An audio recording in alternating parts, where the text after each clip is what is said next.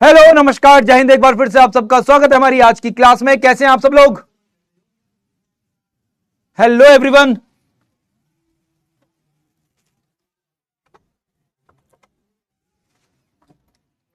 क्या हाल चाल है सबके? All good? जरा एक सेकंड रुको भाई। जय हिंद एवरीवन, जय हिंद। अरे छोड़े।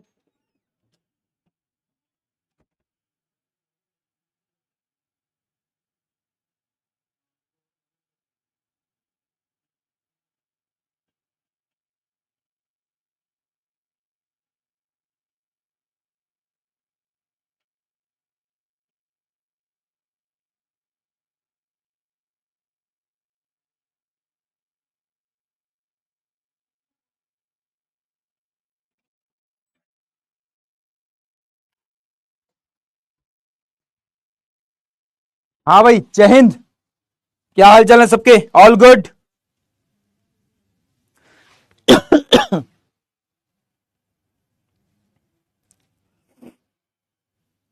ग्रेट। सब बढ़िया, सब राजी खुशी।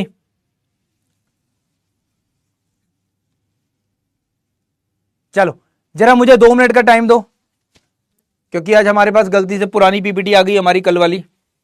ठीक है, तो जरा 2 मिनट का टाइम दो। ठीक है, तो कोई दिक्कत तो नहीं? 2 मिनट रुक जाए जरा। 2 मिनट वेट कर लें? कर सकते हो 2 मिनट वेट? हाँ भाई, कोई दिक्कत तो नहीं? क्योंकि हमें फंडामेंटल राइट शुरू करना था, गलती से कल वाला पीपीटी यहां पे लगी हुई है। ठीक है, तो बस जरा 2 मिनट दो, फिर हम लोग शुरू करते हैं अपनी आज की क्लास को।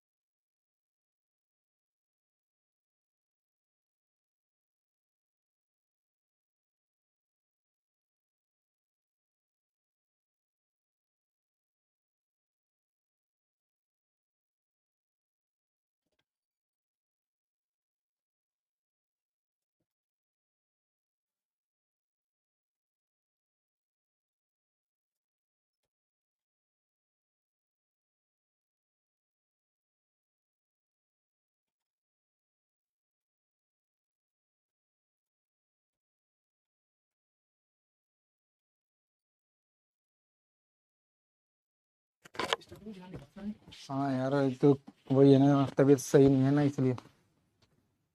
कोई बात नहीं, हो जाता है। बच्चों जरा 2 मिनट के लिए वेट करो, बस हो गया।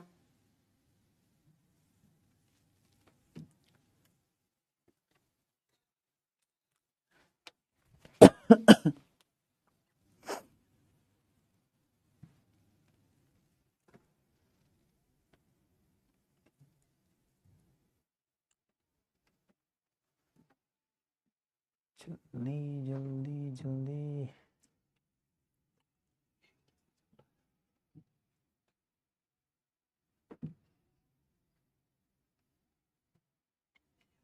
हम्म।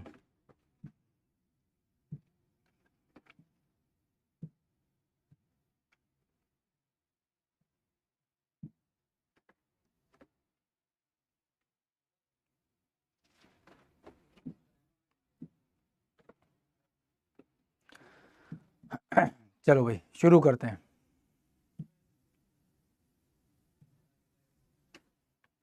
हाँ भाई, हो जाओ active. Sorry for the delay, आप लोगों को जो समस्या हुई उसके लिए।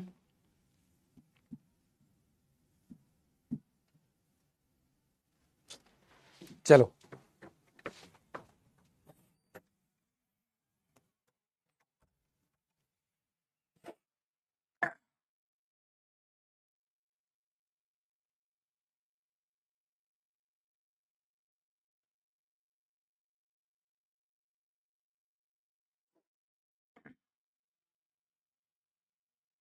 चलो शुरू करते हैं भाई क्लास को अपनी। बात कर रहे हैं हम लोग आज की क्लास में फंडामेंटल राइट्स के बारे में। ठीक है, टॉपिक क्या रहेगा हमारा? Fundamental rights. तो इसे 2 पार्ट में डिवाइड करेंगे। अभी तक हम लोग यूनियन एंड सिटीजनशिप देख चुके हैं। आज की क्लास का टॉपिक हमारा ये है।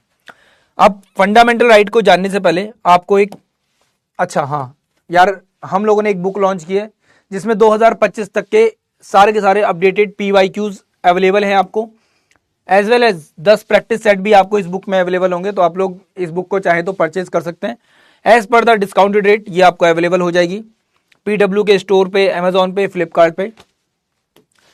सबसे पहले फंडामेंटल राइट्स के बारे में बात करते हैं। आखिर फंडामेंटल राइट्स हैं क्या? बेसिक सी इंफॉर्मेशन जो अभी तक आप लोग पढ़ चुके हो, है ना, पढ़ चुके हो। जैसे अभी तक मैंने आपको बताया पार्ट 3 में फंडामेंटल राइट्स आते हैं, ये हम लोग पहले देख चुके हैं परसों की क्लास में। फिर उसके बाद हमको ये भी पता चल गया था 12 से लेकर 35 तक होते हैं, तो ये भी हमको पता है फंडामेंटल राइट्स के बारे में। ये कॉन्सेप्ट यूएसए से लिया गया था, ये भी हम लोग देख चुके हैं। ठीक है, सेकंड डे वाली क्लास में हम लोगों ने देखा था। यहां पे एक वर्ड आता है, the word is Magna carta. कि मैग्ना कार्टा का मतलब होता क्या है? What is the meaning of Magna carta? Indian constitution में मैग्ना कार्टा किसको कहा गया है? पार्ट 3 को कहा गया है, मतलब कि फंडामेंटल राइट्स को कहा गया है। किसको कहा गया है? फंडामेंटल राइट्स को कहा गया है। जब भी हम लोग फंडामेंटल राइट्स को लेकर बात कर रहे हैं, ध्यान से समझना, जब भी हम लोग फंडामेंटल राइट्स को बात कर रहे हैं तो फंडामेंटल राइट्स का सीधे सीधे मतलब, एक्चुअल में मैग्ना कार्टा का सीधा सीधा जो मतलब है वो क्या है? Bill of rights. क्या है? Bill of rights. क्या है? Bill of rights. अब आप कहोगे सर बिल ऑफ राइट्स का क्या मतलब होता है? क्यों कह रहे हैं हम लोग बिल ऑफ राइट्स? यहां पे कोई तो रीजन रहा होगा ना कि बिल ऑफ राइट्स ही क्यों कह रहे हैं। तो एक्चुअल में ये वर्ड की जो शुरुआत हुई थी, सबसे पहले जब मैग्ना कार्टा वर्ड आया था, जब हम लोग बात करते हैं मैग्ना कार्टा वर्ड के बारे में, तो मैग्ना कार्टा जो वर्ड आया था सबसे पहले कब आया था? तो ये आया था लंदन रेवोल्यूशन में। कब आया था? लंदन रेवोल्यूशन में।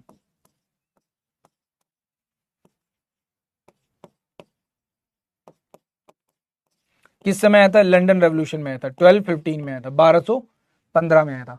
वहां पे पहली बार लोगों को क्या दिए गए थे? राइट्स दिए गए थे। क्या दिए गए थे? फर्स्ट टाइम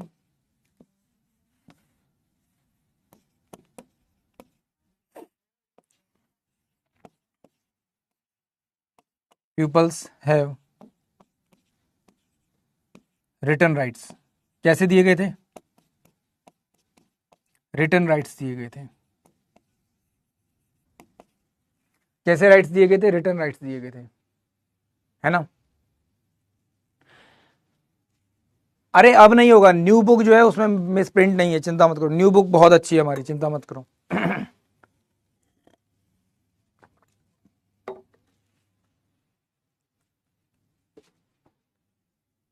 अच्छा, पर नई वाली बुक में थोड़ी होगा, न्यू बुक में थोड़ी है, पुरानी वाली बुक में होगा बेटा वो सब। नई बुक में तो हमने बहुत सारी चीजें इंप्रूव कर दी हैं। वेल, ये जो राइट्स होते हैं कैसे हैं, गारंटेड है। गारंटेड का मतलब क्या होता है, आपको मिलेंगे ही मिलेंगे। एज अ सिटीजन आपको ये राइट्स मिलते हैं, बट केवल क्या सिटीजन्स को मिलते हैं, नहीं, सिटीजन्स के अलावा भी जो लोग होते हैं जो भारत में आ रहे हैं, रह रहे हैं, उनको भी वो अधिकार मिलते हैं, उनको भी वो अधिकार मिलते हैं। ठीक है, पर सारे अधिकार नहीं मिलते, कुछ राइट्स उनसे हम लोग क्या करते हैं, छीन लेते हैं, ले लेते हैं। क्यों? क्योंकि अगर हर एक राइट किसी भी बाहरी व्यक्ति को दे दिया तो उनमें और हमें फर्क क्या रह गया। बिल्कुल सेम वैसे ही जैसे कि आप लोग अपने घर में रह रहे हो, है ना, आप लोग अपने घर में रह रहे हो और आप ही के घर में कौन आ जाए, आपके रिलेटिव्स आ जाएं, तो रिलेटिव्स को क्या सारे राइट्स होते हैं? नहीं। आप क्या कहते हो कि ये जो घर का इंटरनल टॉपिक है इसके अंदर किसी बाहर के व्यक्ति को हम लोग नहीं एक्सेप्ट करेंगे, चाहे वो आपका कितना ही अच्छा रिलेटिव क्यों ना हो, है ना, कि कोई से भी ताऊ चाचा मामा आ जाए, ठीक है, आप क्या करते हो, हमेशा उनको अवॉइड करते हो। नो डाउट, अब ऐसे अवॉइड नहीं करते, फैमिली में हर जगह पर फंक्शंस में उन लोगों को लिया जाता है, हर जगह पर उनके सजेशंस लिए जाते हैं, सारी चीज़ें एक्सेप्ट की जाती हैं। बट कुछ डिसीजंस ऐसे होते हैं आपकी फैमिली के जिनमें आप क्या करते हो, उन लोगों को इन्वॉल्व नहीं करते। होता है ऐसा? तो बिल्कुल वैसे ही यहां पर भी है, हमारी भी अपने क्या है, कुछ राइट्स हैं। तो गारंटीड है किसके लिए? इंडियंस के लिए। किसके लिए? इंडियंस के लिए। किसके लिए? इंडियंस के लिए। As a citizen, as a Indian, as a भारतीय, आपको ये सभी अधिकार क्या होते हैं, एज इट इज मिलते हैं। क्या होते हैं? एज इट इज मिलते हैं। बात समझ में आई? यहां पे क्लियर है, हाँ या ना? तो गारंटेड है एंड प्रोटेक्टेड बाय कॉन्स्टिट्यूशन है, प्रोटेक्टेड बाय कॉन्स्टिट्यूशन है, प्रोटेक्टेड बाय कॉन्स्टिट्यूशन है। अब कॉन्स्टिट्यूशन के लिए अगर बात करेंगे तो कॉन्स्टिट्यूशन को कौन प्रोटेक्ट कर रहा है? तो कॉन्स्टिट्यूशन को प्रोटेक्ट करता है हमारा कौन? Supreme court. कौन करता है? हमारा सुप्रीम कोर्ट।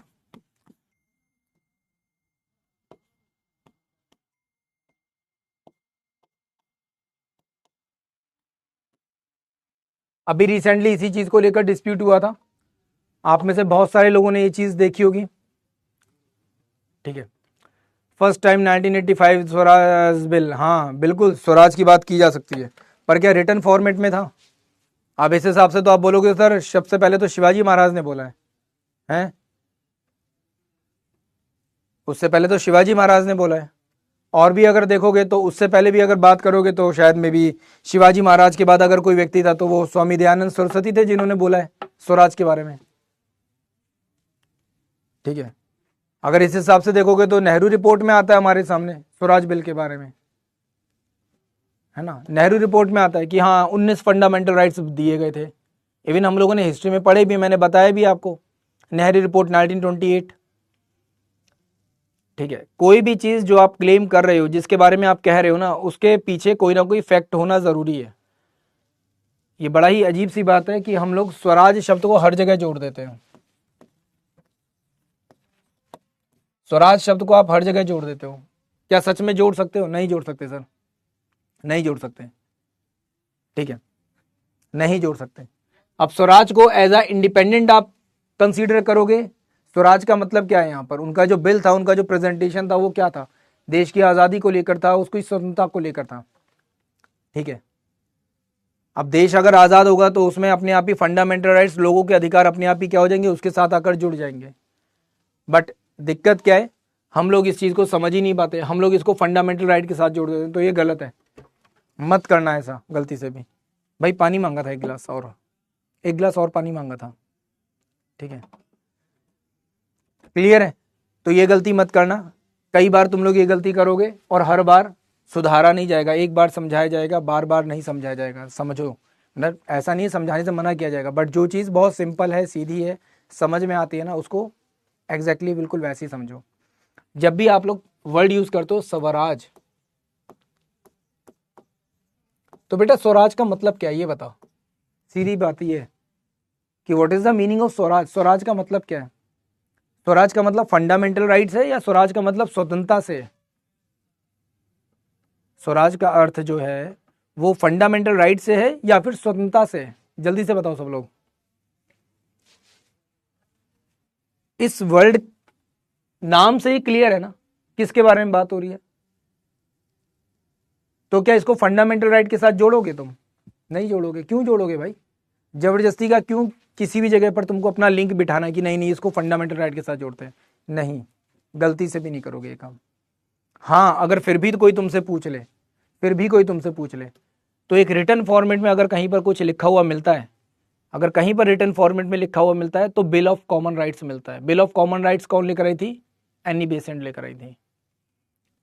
ठीक है, कौन लेकर आई थी? एनी बेसेंट लेकर आई थी। तो ये गलती नहीं करनी दोबारा। ठीक है, तो आपको कभी भी अगर कुछ हो तो आप लोग क्या कर सकते हो,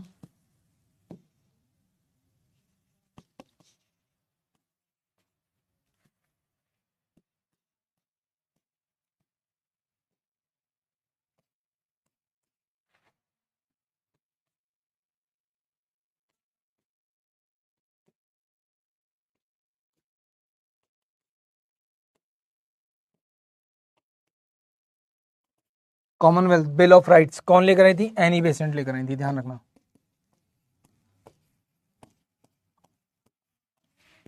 कौन लेकर आई थी? एनी बेसेंट लेकर आई थी, ध्यान रखना। ये चीज आपको पता होनी चाहिए। जहां पर उन्होंने पहली बार भारतीयों के अधिकारों को लेकर क्या की थी? बात की थी। किसको लेकर बात की थी? भारतीयों के अधिकारों को लेकर बात की थी। आगे चलकर अगर हम लोग और भी अगर तुमको जानना है तो आगे चलकर एक अधिवेशन हुआ था जिसका नाम था कराची अधिवेशन, कराची सेशन, याद है तुमको? कराची सेशन 1931 कौन लीड करे थे?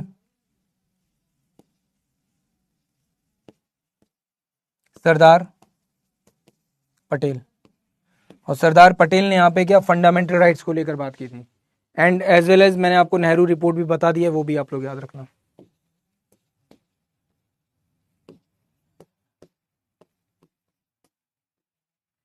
ठीक है, नेहरू रिपोर्ट। ठीक है, कौन? मोतीलाल नेहरू।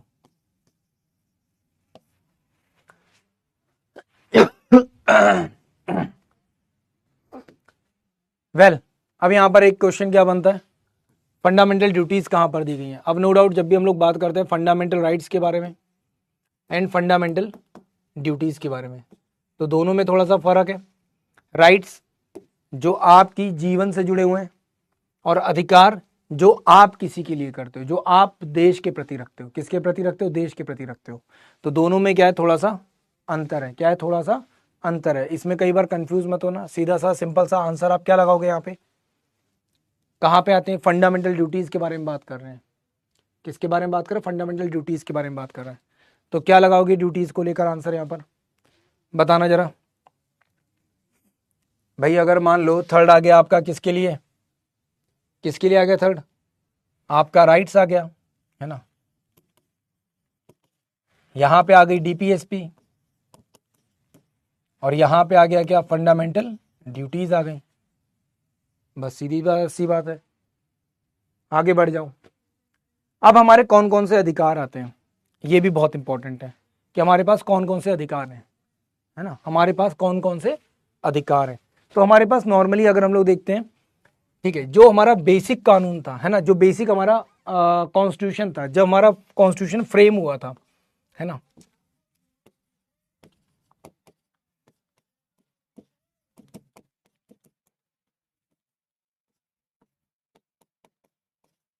जो मेन कॉन्स्टिट्यूशन था उसमें अगर हम लोग बात करते हैं, इस मेन कॉन्स्टिट्यूशन में हमारे पास 7 राइट्स थे। क्या थे? 7 राइट्स थे।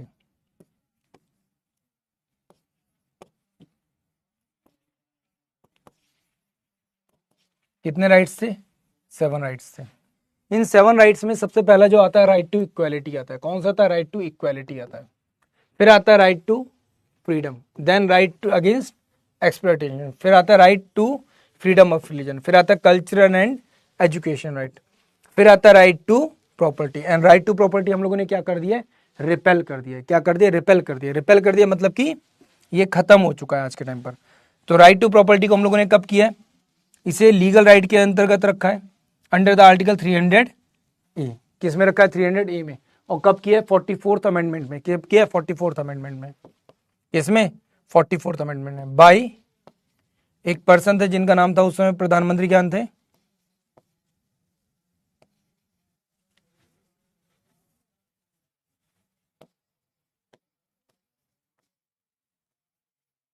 मोरारजी देसाई, क्या नाम है, Morarji Desai, he was the person. इन्होंने क्या किया था, फंडामेंटल राइट्स में से राइट टू प्रॉपर्टी को हटाकर अलग कर दिया था। ठीक है, लोग इसका मिसयूज भी करते थे। कई बार क्या होता था कि देश को आवश्यकता है, फॉर एग्जांपल कहीं पर मेट्रो का काम चल रहा है, कोई और काम चल रहा है, ठीक है, गवर्नमेंट ने बोला भाई ये सड़क हमको चाहिए, ये हाईवे यहाँ पर बनेगा, यहाँ पर सारे काम होने, तो हमको क्या ये जगह चाहिए। आपने बोला मैं तो नहीं दूंगा, मेरे पास तो फंडामेंटल राइट है, मैं क्यों अपनी ज़मीन दूँ। अब आप अड़ गए, अब आप अड़ गए तो क्या होगा, दिक्कत होगी। दिक्कत क्या होगी कि पूरा का पूरा जो डेवलपमेंट फेज है वो रुका पड़ा है ना, कि भाई मेरा तो प्रॉपर्टी का अधिकार है, मैं कैसे दे सकता हूँ अपनी प्रॉपर्टी। तो गवर्नमेंट यहाँ पे बोले कि भाई समझा करो, देश को ज़रूरत है, यहाँ पे एक हाईवे बन रहा है ना, रेलवे बन रहा है, रैपिड इस रेल बन रही है, तो हमको इसकी आवश्यकता है। आप मना कर दो, लड़ जाओ, नहीं हम तो नहीं देंगे, तो वो तो गलत है। गवर्नमेंट आपको बेनिफिट दे रही है, सारी चीज़ें दे रही है, उसके बाद भी आप लड़ रहे हो, तो वो तो गलत है, बिल्कुल गलत है। तो इसको क्या किया गया, लीगल राइट रखा गया। क्या बनाया गया, लीगल राइट। बट अब आज के टाइम पर ये लीगल राइट के साथ साथ ह्यूमन राइट भी है। क्या है, एक ह्यूमन राइट भी है, ध्यान रखना, it's also a human right, it also a human right.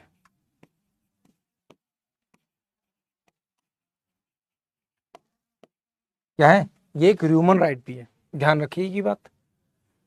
एक क्वेश्चन ये भी आएगा, सर ये सब तो ठीक है, बट ये ह्यूमन राइट में और फंडामेंटल राइट में फर्क क्या है, ये क्वेश्चन भी आता होगा माइंड में। नॉर्मली अगर देखेंगे जितने भी हमारे जो फंडामेंटल राइट्स होते हैं, ये सभी ह्यूमन राइट का हिस्सा बन सकते हैं, ये सभी ह्यूमन राइट का हिस्सा बन सकते हैं, पर ह्यूमन राइट में जो चीज़ है वो फंडामेंटल राइट का हिस्सा नहीं बन सकती। ह्यूमन राइट्स सिर्फ एक एक्सटर्नल क्या है, राइट्स हैं जो दे दिए जाते हैं, बट ज़रूरी नहीं है कि इनको कानून के अंतर्गत रखा ही जाएगा। ये संविधान से, कानून से, फंडामेंटल राइट से थोड़ा अलग हैं। क्या है, थोड़ा अलग हैं। फिर आता है हमारा कौन सा, right to constitutional remedies. Remedies का मतलब क्या होता है, किसी चीज का उपचार, किसी चीज को उपचार करना। अब उपचार क्या है, ठीक है, उपचार क्या है, तो भाई देखो जब भी हम लोग रेमेडीज की बात करते हैं या फिर आर्टिकल 32 के बारे में बात करते हैं, तो आर्टिकल 32 सीधे सीधे बोलता है कि मैं क्या करूंगा, मैं केवल और केवल तुम्हारा प्रोटेक्शन का काम करूंगा। क्या करूंगा, केवल प्रोटेक्शन का काम करूंगा। किससे प्रोटेक्ट करूंगा, किसको प्रोटेक्ट करूंगा, तो प्रोटेक्शन करेगा किसकी, फंडामेंटल राइट्स की। किससे करेगा, जो भी उनको वायलेट कर रहा है, जो भी क्या कर रहा है उनको वायलेट कर रहा है, जो भी फंडामेंटल राइट को एक्सप्लॉइट करने का काम कर रहा है ना, क्या कर रहा है, फंडामेंटल राइट को एक्सप्लॉइट करने का काम कर रहा है। फिर चाहे वो कोई इंडिविजुअल बॉडी हो, चाहे वो कोई गवर्नमेंट ऑर्गेनाइजेशन हो या प्राइवेट हो, किससे करेगा, फ्रॉम इंडिविजुअल और गवर्नमेंट ऑर्गेनाइजेशन, ठीक है, प्राइवेट ऑर्गेनाइजेशन, क्या प्राइवेट ऑर्गेनाइजेशन, कोई भी ऑर्गेनाइजेशन होगी, अगर वो आपके फंडामेंटल राइट्स को क्या कर रही है, वायलेट कर रही है, तो ये क्या करेंगे, उनको प्रोटेक्ट करने का काम करेंगे। क्या करेंगे, प्रोटेक्ट करने का काम करेंगे। ठीक है, किससे, वो इंडिविजुअल भी हो सकता है, कोई गवर्नमेंट ऑर्गेनाइजेशन भी हो सकती है, कोई प्राइवेट ऑर्गेनाइजेशन भी हो सकती है, कोई गवर्नमेंट ऑफिशियल भी हो सकता है, अथॉरिटी भी हो सकती है, कोई भी हो सकता है। ठीक है, तो यहां पे सीधे सीधे क्या है, इसके पास कुछ स्पेशल पावर्स हैं। क्या है, कुछ स्पेशल पावर्स हैं। इन्हीं पावर को हम लोग क्या कहते हैं, रिट्स कहते हैं। क्या कहते हैं, रिट्स कहते हैं। हिंदी वाले बच्चों के लिए इसको बोलते हैं प्रादेश। क्या बोलते हैं, प्रादेश। कोई ऐसा आदेश जो परम आदेश की तरह से इस्तेमाल हो, कोई ऐसा आदेश जो परम आदेश की तरह से इस्तेमाल हो, उसको हम लोग क्या बोलते हैं, प्रादेश बोलते हैं। क्या बोलते हैं, प्रादेश बोलते हैं। बात समझ में आई यहाँ पे, हाँ या ना, बात समझ में आई यहाँ पे, एवरीवन क्लियर है, बिल्कुल।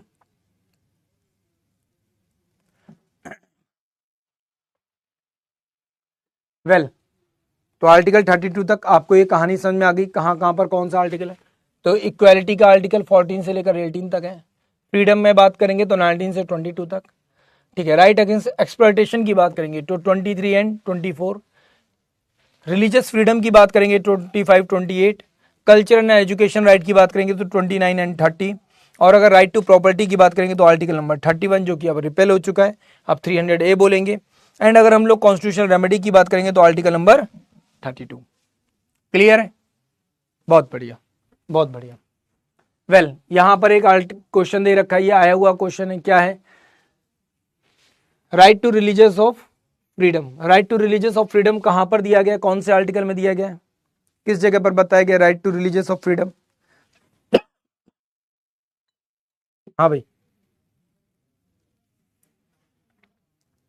Right to religious of freedom कहां पे बताया गया?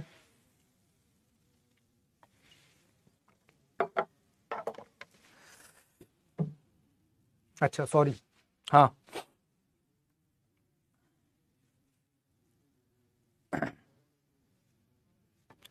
बिल्कुल सही। यहां पे अभी आपको बताया ही था, क्या बताया था? 25 से 28। तो आप क्या करोगे, यही लगाओगे आंसर, सीधा सिंपल सा है। कुछ सोचने समझने की जरूरत थी क्या? नहीं थी, बिल्कुल भी जरूरत पड़ी नहीं पड़ी, है ना। सीधा सिंपल सा आंसर है, कुछ सोचने की जरूरत नहीं पड़ी ना। अब बात करते हैं हम लोग आगे। एक और क्वेश्चन है यहाँ पे, fundamental right of the Indian constitution has been taken from, कहाँ से लिया गया है? अभी पीछे हम लोगों ने देखा ही था, रशिया से, यूएसए से, ब्रिटेन से, या गवर्नमेंट ऑफ इंडिया 1935 से, किससे लिया गया है? हाँ भाई,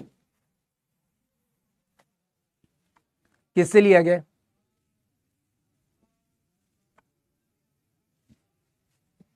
एग्जैक्टली, बिल्कुल सही।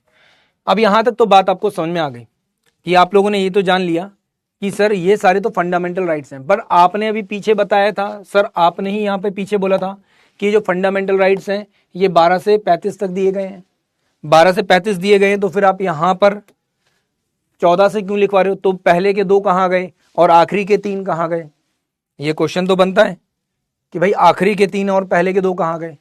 तो देखो, पहले के 2 जो हैं 12 और 13, ये आपको फंडामेंटल राइट की इंफॉर्मेशन देते हैं। क्या करते हैं?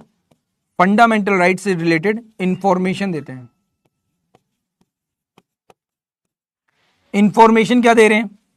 क्या इंफॉर्मेशन दे रहे हैं कि आपके फंडामेंटल राइट्स कैसे होंगे, ठीक है, और कहां से आपको प्राप्त हो सकते हैं, है ना।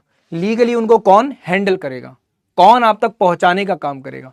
तो इस चीज की इंफॉर्मेशन कहां से आ रही है? यहां से आ रही है, ठीक है। कौन उनको लीड करेगा, आपको कैसे मिलेंगे, ये चीज कहां से पता चलती है? 12 से 13 तक पता चलती है। फिर वहीं पर अगर हम लोग बात करते हैं आर्टिकल 33, 34 एंड 35, यहां पर किसके बारे में बात हो रही है? यहां पर बात हो रही है उन सर्टेन कंडीशंस में जहां पे आपके फंडामेंटल राइट कंट्रोल किए जाते हैं, है ना।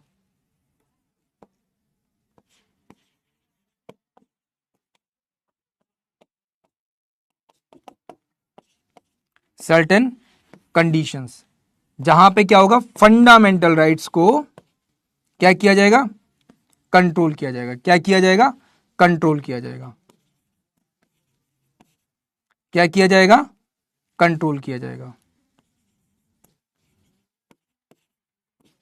क्या किया जाएगा? कंट्रोल किया जाएगा कुछ सर्टेन कंडीशन में। हाँ या ना, बात समझ में आई? क्लियर है? बिल्कुल, बहुत बढ़िया, बहुत बढ़िया, शाबाश। क्लियर है?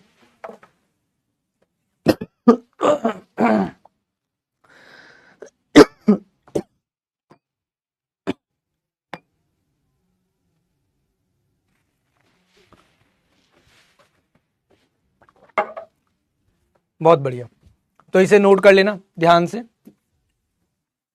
और इसके बीच का जो भी एक्सप्लेनेशन है वो क्या है आपका? फंडामेंटल राइट्स है।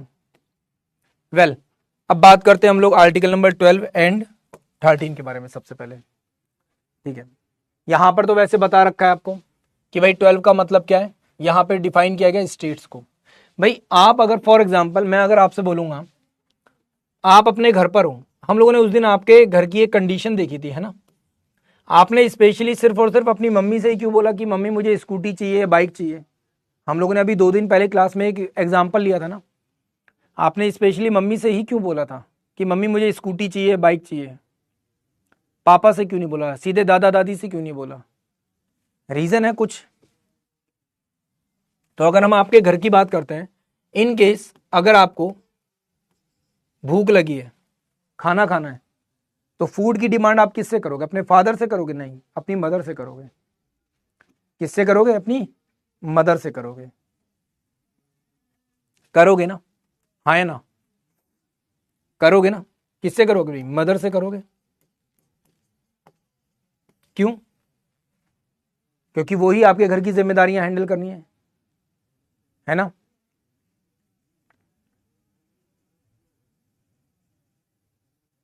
है ना? वही क्या कर रही हैं? आपके घर की जिम्मेदारियां हैंडल कर रही हैं। क्या चीज? अच्छा,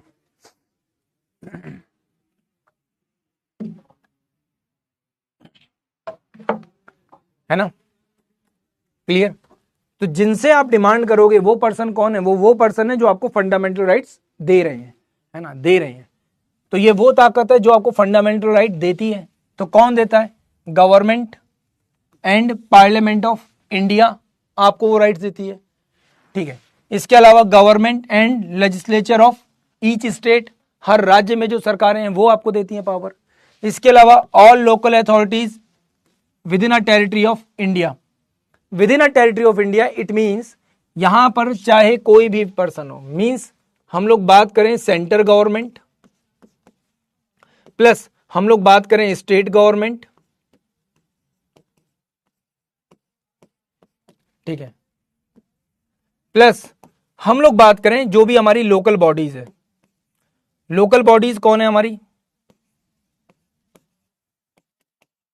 लोकल बॉडीज कौन है हमारी?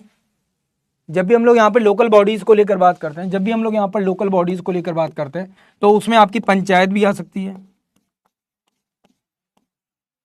म्युनिसिपैलिटीज आ सकती है, या फिर कोई भी क्या गवर्नमेंट ऑफिसर आ सकता है।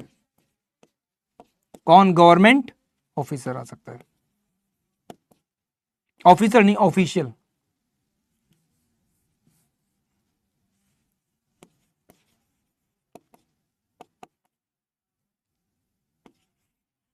कौन? कोई भी गवर्नमेंट ऑफिशियल्स भी आ सकता है।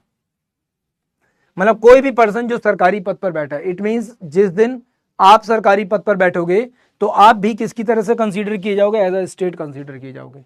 मींस चाहे कोई हायर लेवल पर कोई ऑफिसर बैठा हो या फिर लोअर लेवल पर कोई प्यून भी क्यों ना बैठा हो, they all are consider as a state. इन सभी को क्या मानेंगे हम लोग? स्टेट मानेंगे। चाहे सेंट्रल गवर्नमेंट में गवर्नमेंट हो या फिर उनका कोई अधिकारी हो, स्टेट गवर्नमेंट में गवर्नमेंट हो या उनका कोई अधिकारी हो, लोकल लेवल पर कोई भी अथॉरिटी हो, हर एक पर्सन क्या माना जाएगा? स्टेट माना जाएगा। Everyone is a state. इसीलिए होता है ना, जब भी आपके साथ कोई करप्शन करता है, कोई पैसे लेता है, पुलिस वाला कोई भी आपसे अगर पैसे लेता है, कुछ भी करता है, तो सडनली इसको बहुत ज्यादा सीरियसली क्यों लेती है गवर्नमेंट? जब भी ऐसा कोई मुद्दा सामने आता है क्यों लेती है इतना सीरियस? रीजन क्या है? रीजन क्या है?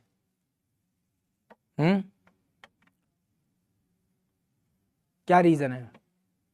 क्योंकि जब भी कोई पर्सन ऐसा करप्शन कर रहा है किसी ऐसे पद पर बैठ के, तो कहीं ना कहीं एक तरह से ये है कि सरकार बेईमान है, गवर्नमेंट करप्ट है ना?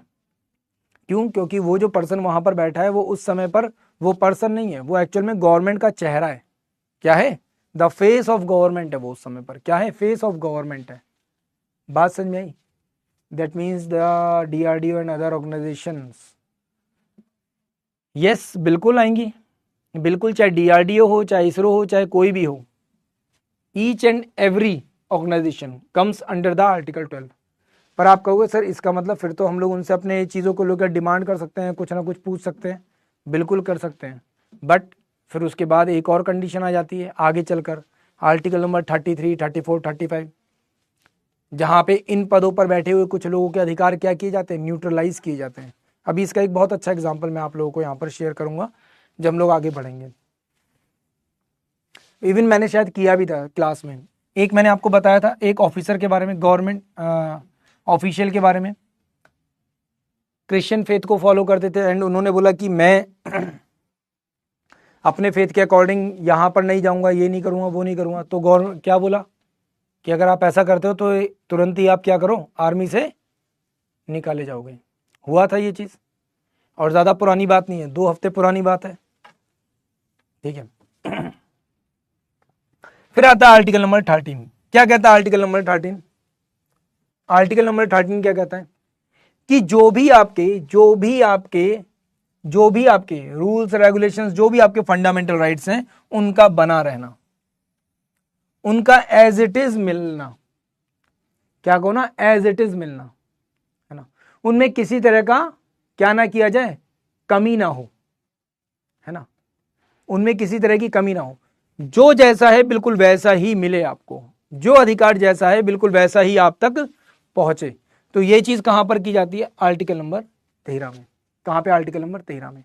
तो मैंने आपको क्या बताया था, आर्टिकल नंबर 12 से 13 क्या कर रहा है? फंडामेंटल राइट्स के बारे में वो इंफॉर्मेशन शेयर कर रहा है कि ये फंडामेंटल राइट्स में जो भी अधिकार हैं, जो भी चीजें हैं, वो आप तक पहुंच कैसे रही हैं, आप तक कैसे पहुंच रही हैं, ठीक है। ये चीज कहां से पता चल रही है? आर्टिकल नंबर 12 और 13 से पता चल रही है। कहां से पता चल रही है? 12 और 13 से। तो 12 और 13 क्लियर। तो फंडामेंटल राइट्स कौन आपको दे रहा है, कहां से आपके फंडामेंटल राइट्स आएंगे, किससे आप डिमांड कर रहे हो, तो ये चीज क्या यहीं से क्लियर। फॉर एग्जाम्पल मैं तुम्हें पढ़ा रहा हूं, तो भाई मेरे से तुम लोग किस चीज की डिमांड करोगे? सर आप हिस्ट्री पढ़ाओ, ज्योग्राफी पढ़ाओ, पॉलिटी पढ़ाओ, सर इकोनॉमिक्स पढ़ाओ, यही सब डिमांड करोगे ना। कुछ और डिमांड करोगे क्या मेरे से? नहीं। तुमने ये डिमांड की सर फिजिक्स पढ़ा दो? नहीं। तुमने ये डिमांड की कि सर बायो पढ़ा दो, केमिस्ट्री पढ़ा दो? नहीं। तुमने मेरे से बोला सर मैथ पढ़ाओ? नहीं। तुमने बोला रीजनिंग पढ़ाओ, इंग्लिश पढ़ाओ? नहीं। क्यों नहीं बोला? क्योंकि उन सारे चीजों को पढ़ाने का अधिकार किसी और के पास है, मेरे पास तो नहीं है। तो इट मींस जिसके पास जो अधिकार है उसी से आप क्या कर सकते हो, उन अधिकारों की डिमांड करोगे। क्लियर है? हाँ या ना? हाँ या ना? क्लियर है या नहीं है भाई? बताओ जल्दी। किसी को भी कहीं पर भी कोई भी डाउट हो, कोई भी समस्या हो तो भाई बताओ।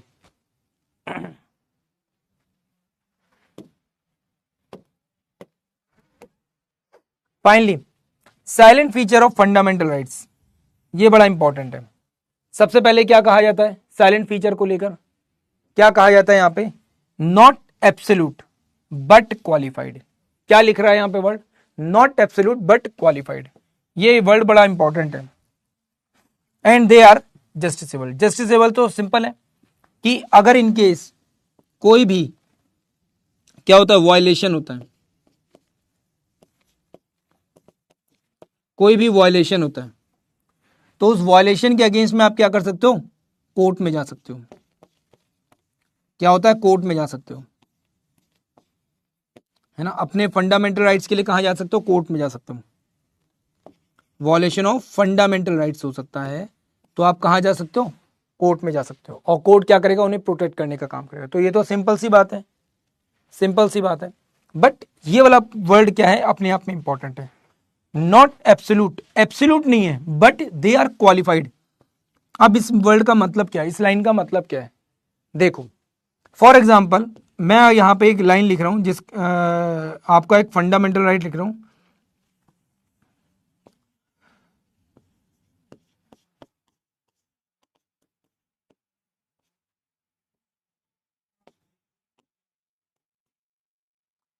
Protection of data. आप में से कितने लोगों ने ये फंडामेंटल राइट सुना है?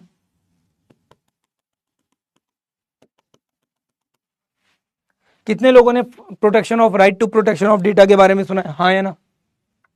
कितने लोग अवेयर हैं क्या होता है ये right to protection of data?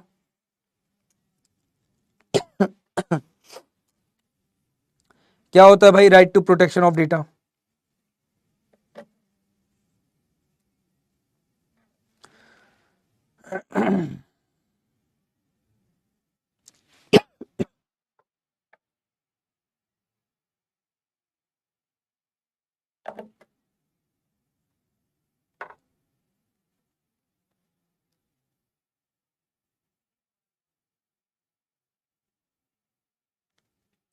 Sir आज मेरा बर्थडे है। अरे भाई बर्थडे बाद में सेलिब्रेट करेंगे अभिषेक राय। अब बच्चे थोड़ी हो बर्थडे सेलिब्रेट करोगे हैं, बड़े हो गए हो भाई।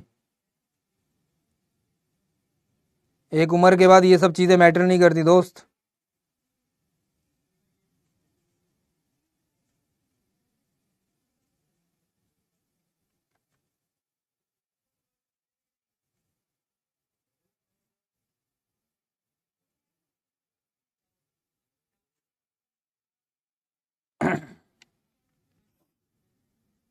Of certain information, privacy protection, बिल्कुल सही। थर्ड पार्टी प्रोटेक्शन, बिल्कुल सही, बिल्कुल सही, शाबाश,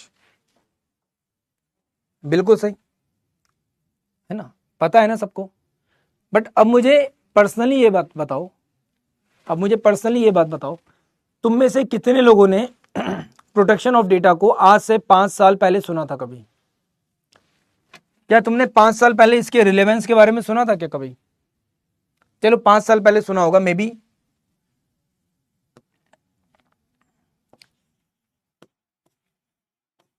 बिफोर 7 years सुना था कभी? 7 साल पहले तक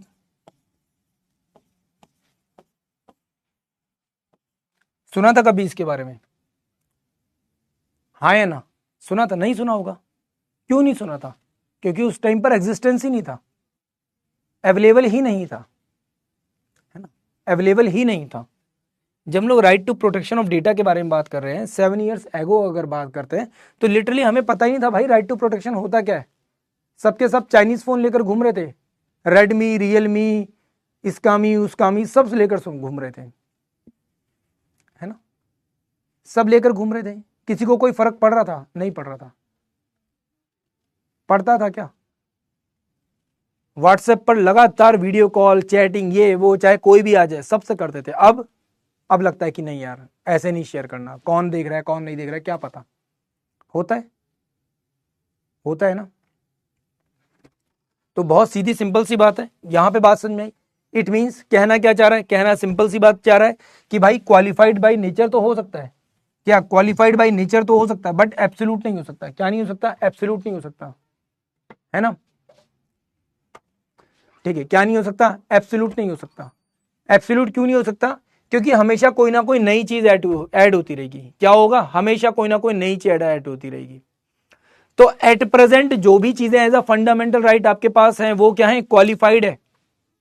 क्या है? क्वालिफाइड है, but they are not absolute. क्योंकि हमेशा नई नई चीजें उसमें ऐड होती रहेंगी, हमेशा नई नई चीजें ऐड होती रहेंगी।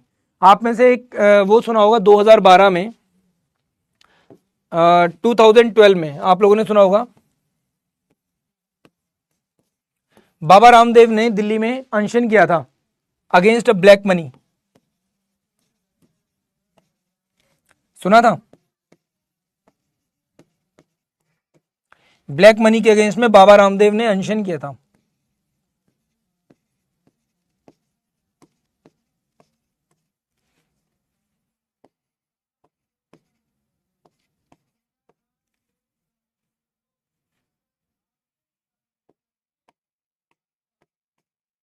सुना है? ये वही वाला कांड की बात कर रहा हूं जब रात को 12 बजे 1 बजे बाबा रामदेव अचानक से किसी तरह से जान बचाने के लिए महिला के वस्त्रों में भागे थे वहां से। ठीक है, अपनी जान बचाने के लिए सडनली अचानक से वो महिला के वस्त्र पहनकर भागे थे, याद है? और हुआ भी कुछ ऐसा ही था। रात को सडनली 12 बजे अचानक से पुलिस ने वहां पे क्या किया? लाठी चार्ज कर दिया, और बहुत ब्रूटली लाठी चार्ज किया था। ऐसे नहीं किया था, जो टेंट लगे हुए थे उन टेंट्स को सबसे पहले गिराया गया, लोग उसके नीचे थे, एंड पूरी तरह से क्या किया गया? चारों तरफ से घेर कर लाठी चार्ज किया गया। रात के 1 बजे 1:30 बजे के आसपास, रात के 1-1:30 बजे के आसपास सडन लाठी चार्ज हुआ। ठीक है, बहुत सारे लोग घायल हुए, बहुत सारे लोग घायल हुए थे। ठीक है, बाबा रामदेव ने किसी तरह से अपनी जान बचाने के लिए इंस्टेंटली क्या किया? वहां से भागने की कोशिश की। ठीक है, सडनली वो तो मीडिया वालों ने देख लिया, तो फिर उन्होंने ये हो गया कि हाँ अब मीडिया वालों ने देख लिया, अब कुछ नहीं कर पाएंगे। अगर मीडिया वालों ने नहीं देखा होता तो क्या पता क्या कर देते, डर था इस चीज का, है ना, कि क्या पता उस लाठी चार्ज में क्या होता, है ना, कुछ भी हो सकता था लाठी चार्ज में, नहीं पता चला किसने कहां से लाठी मारी, नहीं पता चला क्या इंसिडेंट हुआ। तो जान बचाने के लिए उन्होंने क्या किया, महिला के वस्त्र पहनकर किसी तरह से वहां से अपनी जान बचाने की कोशिश की थी। याद है, सबको याद होगा। जानते हो इस केस ने, ये जो बाबा रामदेव वाला केस हुआ था ना, इस केस के बाद सुप्रीम कोर्ट ने एक बहुत बड़ी बात बोली कि every person have a right to sleep. हर आदमी के पास अधिकार है नींद का, हर आदमी के पास अधिकार है नींद का। आप रात को उसे डिस्टर्ब नहीं कर सकते इस तरीके से, है ना, रात को अचानक से गिरफ्तारी नहीं कर सकते। हाँ, आप कोई अगर क्रिमिनल है, कुछ ऐसा है तो आप कर सकते हो, but otherwise right to sleep आपको एक्सेप्ट करना पड़ेगा। अब क्या ये अधिकार, क्या ये फंडामेंटल राइट था? नहीं था। क्या ये फंडामेंटल राइट है राइट टू स्लीप? नहीं था। बट सडनली हमको उस टाइम पर रियलाइज हुआ कि यार ये भी एक फंडामेंटल राइट होना चाहिए। बात समझ में आई? तो यहां पे क्या है, राइट टू स्लीप, नींद का अधिकार।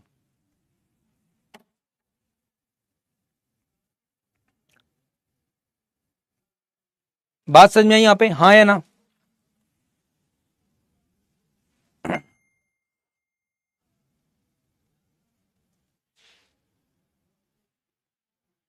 किसी को कोई डाउट यहां पे?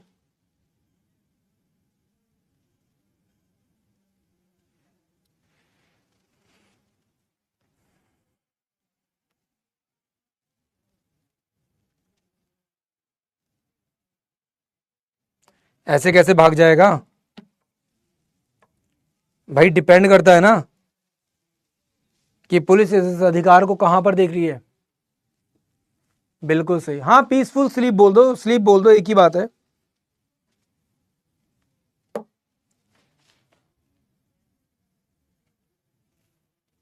क्लियर? चलो बहुत बढ़िया, ठीक है, बात समझ में आ गई यहां पे। फाइनली अब हम लोग बात करते हैं राइट टू इक्वालिटी। अब हमारे मेन आर्टिकल्स यहां से शुरू होते हैं, आर्टिकल 14 और 18। पीछे तक की सारी बात समझ में आ गई सबको? किसी को कोई डाउट तो नहीं है?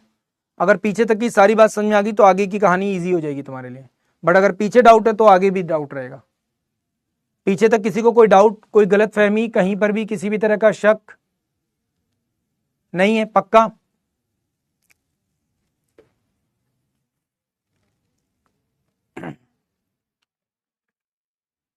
क्लियर है?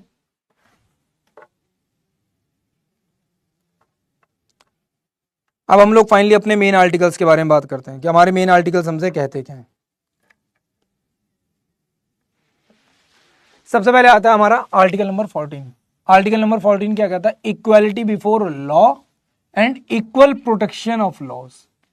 दो चीजें हैं, कानून के समक्ष क्या आपको इक्वली ट्रीट किया जाएगा और इक्वल प्रोटेक्शन दी जाएगी। अब ये कहोगे सर दो चीजें कैसी हैं? ये दो चीजें क्या आ रही हैं, है ना? एक जगह बात कर रहा है किसके बारे में? इक्वालिटी के बारे में, और एक जगह बात कर रहा है प्रोटेक्शन के बारे में। तो दोनों में फर्क क्या है? दोनों में फर्क क्या है? फॉर एग्जाम्पल ऐसे समझो,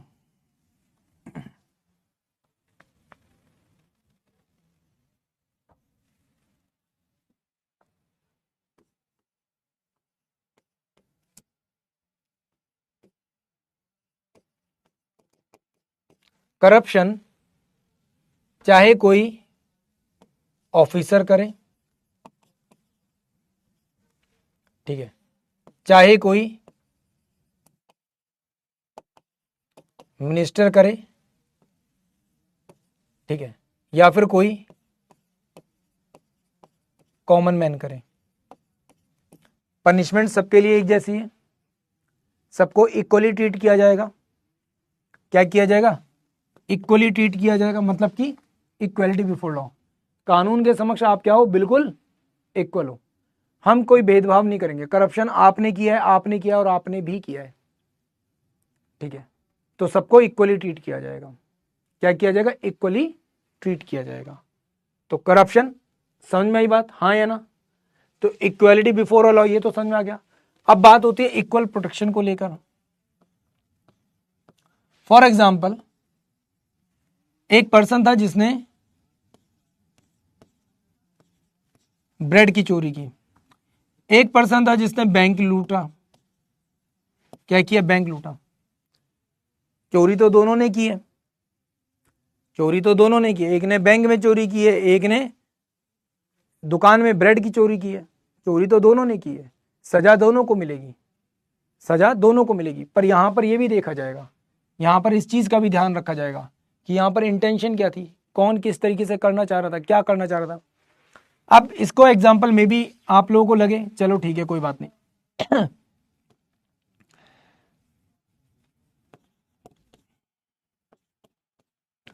एक लड़की है जिसे अब्यूज किया जा रहा है। क्या? एक लड़की है जिसको अब्यूज किया जा रहा है। उस लड़की ने क्या किया? अपनी जान बचाने के लिए उसने एक चाकू लिया और सामने वाले के पेट में एक चीरा लगा दिया। क्या किया? सामने वाले के पेट में एक चीरा लगा दिया, छोटा सा। ठीक है, तो अब क्या होगा यहां पर? जिस लड़की को अब्यूज किया जा रहा है उसको कहीं ना कहीं प्रोटेक्शन मिलेगी, अपनी जान बचाने के लिए किया है उसने। किसके लिए किया है? अपनी जान बचाने के लिए किया है, हाँ या ना? क्लियर है? ऐसे ही होगा, हाँ या ना? बात समझ में आई?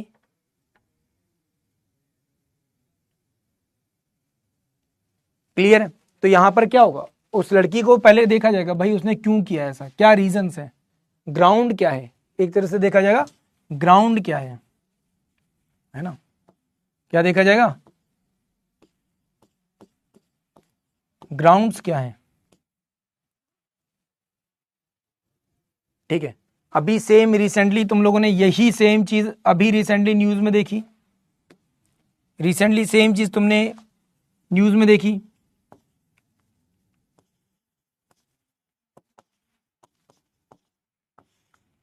शर्मिष्ठा पटौली वाला केस, एंड सेम जो पर्सन था फरजान जिसने केस किया था इस लड़की के ऊपर, याद है? वो पर्सन खुद क्या कर रहा है, एक जगह एब्यूजिव लैंग्वेज यूज कर रहा है, गलत इस्तेमाल कर रहा है चीजों का, रिलीजियसली गलत चीजों यूज कर रहा है। वहां पर उसको प्रोटेक्शन मिल गई, बोला गया कि नहीं गिरफ्तार होगा, बचाने की कोशिश की जा रही है। मजबूरी में देखा कि यार बात बिगड़ रही है तो खुद से सरेंडर कर दो। सेम आप लोग नोटिस करोगे पुणे में एक केस हुआ था, पुणे में जो केस हुआ था वहां पर एक फीमेल जो कि ऑपरेशन सिंदूर को लेकर कंडेम कर रही थी कि गवर्नमेंट के अगेंस्ट बोली थी, पाकिस्तान जिंदाबाद और पाकिस्तान आर्मी के सपोर्ट में पोस्ट कर रही थी ट्विटर पे। ठीक है, उसको क्या किया गया? बेल दे दी गई, बट कि यहां पर इसको बेल देने से मना कर दिया गया। तो ये क्या है? गलत है ना? और इसी को ग्राउंड रखते हुए क्या किया लोगों ने? शर्मिष्ठा वाले केस को सामने रखा, बोला अगर इक्वालिटी है तो फिर कहां है, बताओ इक्वालिटी। कोर्ट ने बोला यार गलत तो है, एक काम करो बेल दो, तुरंत इसी वक्त ग्रांट करो बेल, इसी वक्त क्या करो? बेल ग्रांट करो इस लड़की को, है ना? क्या करो? बेल ग्रांट करो। और ऐसा हो क्यों रहा है तो भाई ये भी पता करो। तो ग्राउंड्स क्लियर होने जरूरी हैं। क्या है? कोई भी चीज जो हो रही है उसका क्या क्लियर होना जरूरी है? ग्राउंड क्लियर होना जरूरी है ना? क्लियर है? बहुत सीधा सिंपल सा हिसाब है। अब यहां पर कुछ लोगों को क्या दी गई है? छूट दी गई है। किसको? प्रेसिडेंट को, गवर्नर को एंड फॉरेन डिप्लोमेट्स।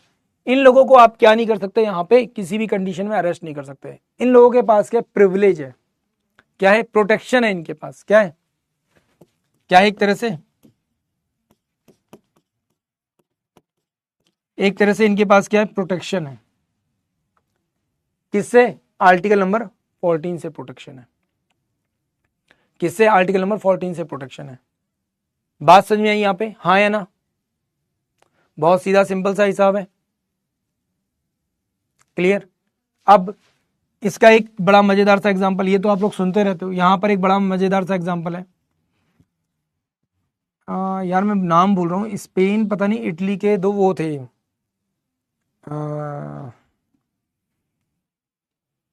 स्पेन या इटली के शायद स्पेन के थे, स्पेन के शायद दो कोस्ट गार्ड ऑफिसर्स थे, नहीं कोस्ट गार्ड ऑफिसर नहीं, नेवल ऑफिसर्स थे।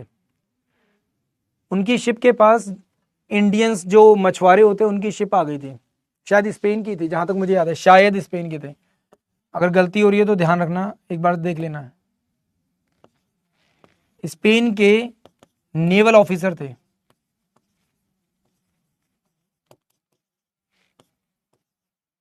क्या नेवल ऑफिसर्स थे?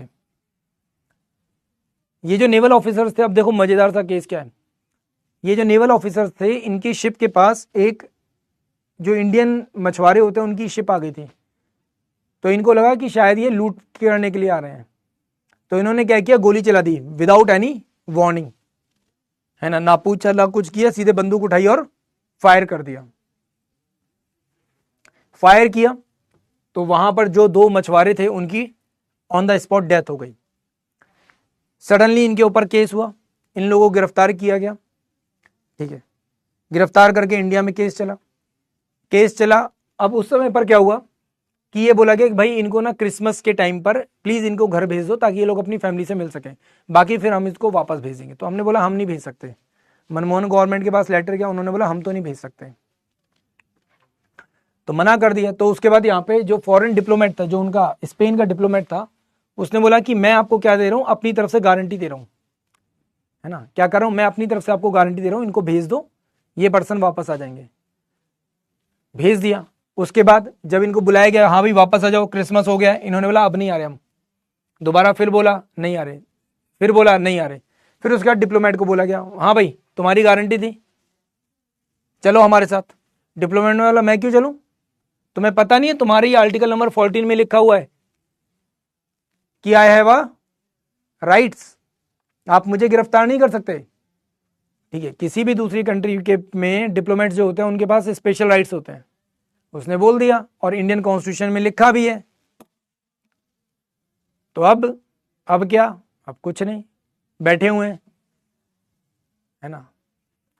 तो ये केस मुझे याद आया, इसलिए देख लेना, स्पेन या शायद इटली का केस था, मुझे एग्जैक्ट याद नहीं है, या तो स्पेन का था या इटली का था, काफी पुराना केस है। फिर आता है आर्टिकल नंबर 15, क्या कह रहा है, प्रोहिबिशन ऑफ डिस्क्रिमिनेशन। क्या बोल रहे हैं, prohibition of discrimination on the ground of religion, race, caste, sex and birth place. ध्यान रखना, जब डिस्क्रिमिनेशन की बात की गई है तो यहां पे किसी कास्ट का नाम नहीं लिखा गया, किसी कास्ट के साथ नहीं, किसी कास्ट का नाम यूज नहीं किया गया है, सिर्फ यह बोला गया है कि कुछ ग्राउंड्स हैं जो हम आपको बता रहे हैं डिस्क्रिमिनेशन के, भेदभाव के, उन ग्राउंड्स के ऊपर किसी के साथ भी भेदभाव नहीं होना चाहिए, किसी के साथ भी भेदभाव नहीं होना चाहिए। अब जब ये बात आती है तो यहां पर एक चीज और भी आती है कि इसमें अब एक चीज और भी ऐड कर दी गई है, क्या, फीमेल्स एंड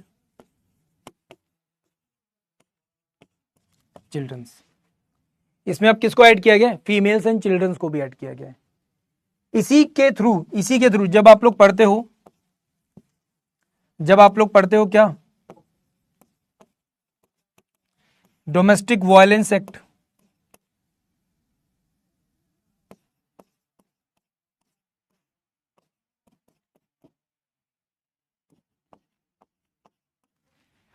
टू 2005, तो वो इसी के अंतर्गत आता है। इटली का है सर, अच्छा इटली का है, कंफर्म, ठीक है, तो वो ध्यान रखना इटली का है। तो ये जो एक्ट है ये यहीं पर आता है, डोमेस्टिक वायलेंस एक्ट 2005, ठीक है। किसको स्पेशल राइट्स देता है, यहां पर फीमेल्स को देता है, किसको देता है, फीमेल्स को देता है, किसको देता है, फीमेल्स को देता है स्पेशल राइट्स। किसको दे रहा है स्पेशल राइट्स, फीमेल्स को दे रहा है स्पेशल राइट्स। बात समझ में आई यहां पे, ठीक है। अब यहां पे अगर इनकेस कोई भी पर्सन गिरफ्तार होता है तो यहां पर हमेशा क्या कंसीडर किया जाएगा, नॉन बेलेबल, कैसे कंसीडर किया जाएगा,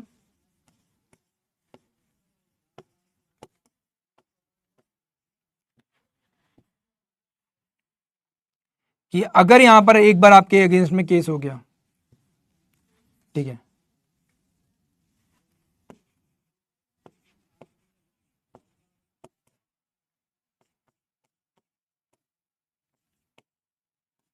कोई भी बेल यहां पे कंसीडर नहीं की जाएगी। अब ये तो है ही है, इसके साथ साथ एक और एक्ट है यहां पर जिसको हम लोग कहते हैं क्या, SC and ST act.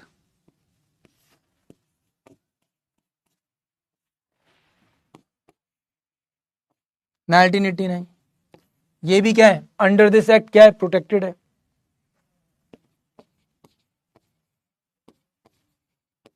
Under this act आता है, क्या आता है, अंडर दिस एक्ट आता है। अब जब हम लोग यहां पर इसके बारे में बात करते हैं, under this act, SC ST act को लेकर बात करते हैं, तो ये एक्ट भी क्या है, काफी ज्यादा डिस्प्यूटेड है। अब यहां पर आज के टाइम पर देखेंगे तो डोमेस्टिक वायलेंस एक्ट 2005 ये भी डिस्प्यूटेड है और ये भी डिस्प्यूटेड है। कैसे डिस्प्यूटेड है, तो बहुत सीधा सा सिंपल सा एग्जांपल है, तुम लोग ऑलरेडी बहुत सारे मीम, बहुत सारे वीडियोस देख रहे होगे, है ना, कि मर्द बेचारा जाए तो कहां जाए, लव मैरिज करता है तो नीले रंग के डब्बे में पैक कर दिया जाता है, और अगर घर वालों के कहने पर अरेंज मैरिज करता है तो हनीमून पे मार दिया जाता है बेचारा। अच्छा खासा कमा रहा है तो दहेज उत्पीड़न लगा दिया जाता है कि अच्छा है, बढ़िया पैसा देगा यहां से। तो मिसयूज बहुत ज्यादा हो रहा है, किसका, क्या हो रहा है, मिसयूज बहुत ज्यादा हो रहा है। सेम यहां पे हम लोग बात करते हैं SC ST act 1989, under this act, जब हम लोग इसके बारे में बात करते हैं तो ये भी मिसयूज बहुत ज्यादा हो रहा है। इस केस का एक बहुत जीता जागता एग्जाम्पल है, यूपी का ही केस था, विष्णु शर्मा का।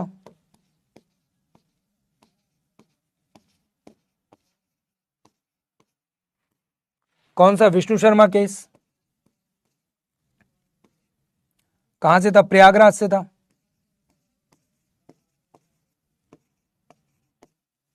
है ना।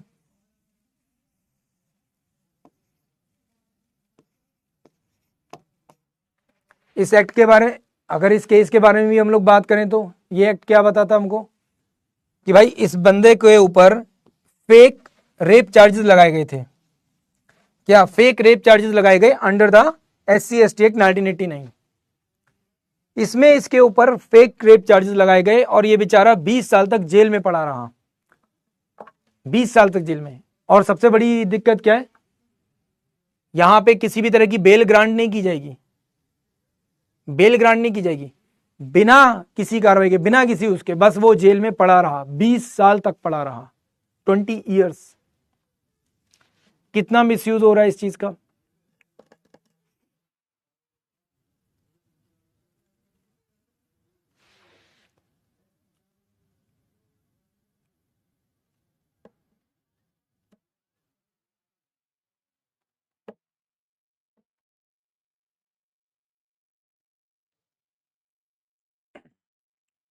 बात समझ में आई, तो क्लियर है।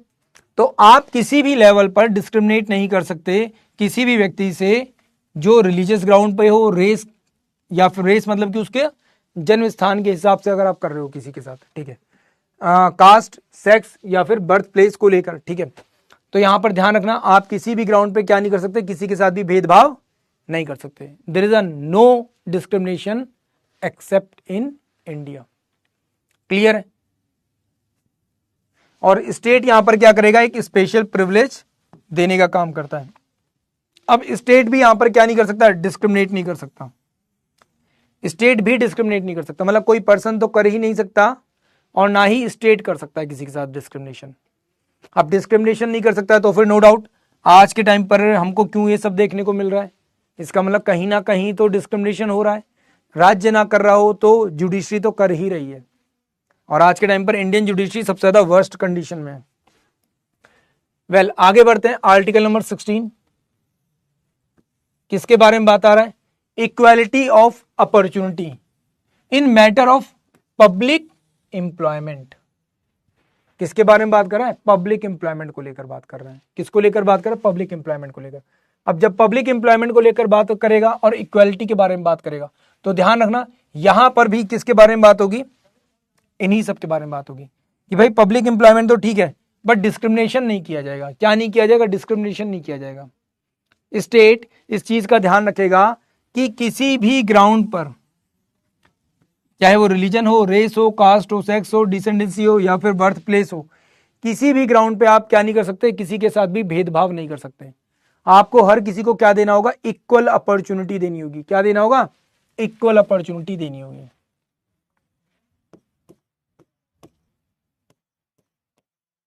On every ground.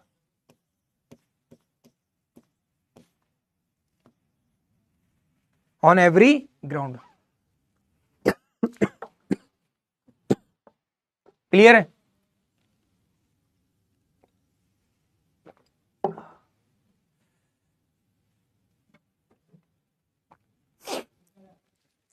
क्लियर है? देखो यहां पर ना जैसा तुम सोच रहे हो ऐसा ठीक है, कई कुछ हद तक तुम लोग भी सही सोच रहे हो, तुम लोगों का सोचना भी सही है, ठीक है, तुम लोगों का सोचना भी सही है काफी हद तक। बट यहां पर ये चीज सोचो कि एक होता है ना ऊनो रिवर्स वाली कंडीशन होती है, ठीक है, तो कहीं ना कहीं कभी महिलाओं का शोषण होता था, पिछड़े वर्ग का शोषण होता था, आज उनके हाथ में ताकत है तो वो लोग शोषण कर रहे हैं, ठीक है, क्या कर रहे हैं? वो लोग शोषण कर रहे हैं। क्यों? क्योंकि उनके हाथ में ताकत आ गई, एक बिल आ गया, एक राइट आ गया, तो उसको एज अ राइट ना इस्तेमाल करके क्या ऐसे इस्तेमाल कर रहे हैं, एक पावरफुल टूल की तरह से इस्तेमाल कर रहे हैं। अब सुनने में दोनों चीजें एक जैसी लगती हैं, बट काफी बड़ा अंतर है यहाँ पे। क्या है? काफी बड़ा अंतर है। आप कहोगे सर कैसे है अंतर, है ना, डिफरेंस कैसे है सर? डिफरेंस ऐसे है कि जब आप उसे एक राइट की तरह से इस्तेमाल करते हो तो राइट का मतलब राइट डायरेक्शन में उस चीज का इस्तेमाल करना, और जब एक पावरफुल टूल की तरह इस्तेमाल करते हो तो फिर आप उसका सही भी इस्तेमाल कर सकते हो, गलत भी इस्तेमाल कर सकते हो। फॉर एग्जाम्पल जैसे अगर मैं आप लोगों को बंदूक दूं तो हो सकता है उस बंदूक का इस्तेमाल आप किसी आतंकवादी को मारने के लिए करो, और हो सकता है अपनी पर्सनल रिवेंज के लिए आप लोग उनको यूज कर लो, है ना, क्या पर्सनल रिवेंज के लिए यूज कर लो, तो दोनों चीजें हैं। तो डिपेंड करता है। अब देखो किसी भी राइट को लोग कितना ज्यादा बेटर इस्तेमाल कर सकते हैं, किस तरीके से इस्तेमाल कर सकते हैं, ठीक है, उसके लिए सबसे पहली जो रिक्वायरमेंट चीज होती है वो होती है लोगों के अंदर नॉलेज का होना, ठीक है, लोगों को उतना एजुकेटेड बनाना कि भाई तुमको कहां तक कोई चीज चाहिए, है, कहां तक कोई चीज चाहिए, कहां तक कोई अधिकार चाहिए, ठीक है, तो वो चीज क्या होनी चाहिए, यहां पर समझनी जरूरी है, यहां पर समझनी जरूरी है, और लोग वो चीज नहीं समझते। इसीलिए आज के टाइम पर जब हम लोग बात करते हैं टीना डाबी को लेकर, तो लोग क्यों टीना डाबी को इतना ज्यादा क्रिटिसाइज करते हैं? क्या रीजन है उसके पीछे? उसके पीछे सबसे बड़ा रीजन यही है, टीना डाबी वाला, सबसे बड़ा रीजन ये ही है, टीना डाबी वाला, ठीक है ना, बात समझ में आई, है ना, क्लियर? क्योंकि पेरेंट्स एक अच्छे खासे रेपुटेटेड ऑफिसर लेवल पर बैठे हुए हैं, उसके बाद भी वो क्या कर रहे हैं, उस रिजर्वेशन का यूज कर रही हैं, ठीक है, तो लोगों को लगा कि यार ये तो गलत है, उनकी सिस्टर भी सेम उसी रिजर्वेशन को यूज कर रही हैं, तो एक पीढ़ी से दूसरी पीढ़ी पर, तीसरी पीढ़ी तक लगातार जा रहा है। जब आपको, आपके परिवार को एक स्तर पर लेकर आ गए हैं, है ना, एक स्तर तक क्वालिफाइड बना दिया, एक स्तर पर लाकर आपको खड़ा कर दिया, बराबर समाज में लेकर आ गए, तब फिर उस रिजर्वेशन की क्या जरूरत है ना। एंड सबसे बड़ी बात, अगर आप लोग यहां पर ये चीज देख रहे हो तो सबसे इंपॉर्टेंट चीज यहां पर क्या होती है पता है? सबसे इंपॉर्टेंट चीज क्या होती है कि किसी भी पर्सन को जो भी रिजर्वेशन दिया जा रहा है, जो भी रिजर्वेशन दिया जा रहा है वो किस सीमा तक दिया जा रहा है, कितना दिया जा रहा है ना, कितना दिया जा रहा है, तो वो रिजर्वेशन मैटर करेगा, है ना, रिजर्वेशन मैटर करेगा। और उससे बड़ी बात, क्या आज के टाइम पर इन ग्राउंड्स के ऊपर कोई किसी के साथ भेदभाव करता है? अगर ईमानदारी से सोचा जाए तो लिटरली कोई नहीं करता, लिटरली कोई नहीं करता। बट फिर भी लोग क्या बोलते हैं, हमारे दादा के साथ, हमारे परदादा ने ये देखा था, आपके दादा परदादा के साथ होता था, आज नहीं होता है ना, आज नहीं होता। तो ये चीज क्या है, कहीं ना कहीं आज के टाइम पर इसमें थोड़ा बहुत सुधार की आवश्यकता है। अब आपको सर सुधार की आवश्यकता कैसे, अब इसका बड़ा छोटा सा प्यारा सा एग्जांपल मैं देता हूं। फॉर एग्जांपल रिजर्वेशन को लेकर बात करते हैं। अगर आज के टाइम पर टीना डाबी ने रिजर्वेशन का इस्तेमाल नहीं किया होता और टीना डाबी एक जर्नल कैंडिडेट की तरह से जाती, जैसे जर्नल कैंडिडेट की तरह से जाती, तो यहां पर जो एक एससी की सीट थी उसके ऊपर कोई और एससी पर्सन आ सकता था जो अपने परिवार को आगे लेकर जा सकता था, अपने समाज को आगे लेकर जा सकता था। जब टीना डाबी की फैमिली और वो ऑलरेडी उस चीज को इस्तेमाल कर रहे हैं, उस स्तर पर आ चुके हैं, तो कहीं ना कहीं किसी दूसरे का हक मारा गया।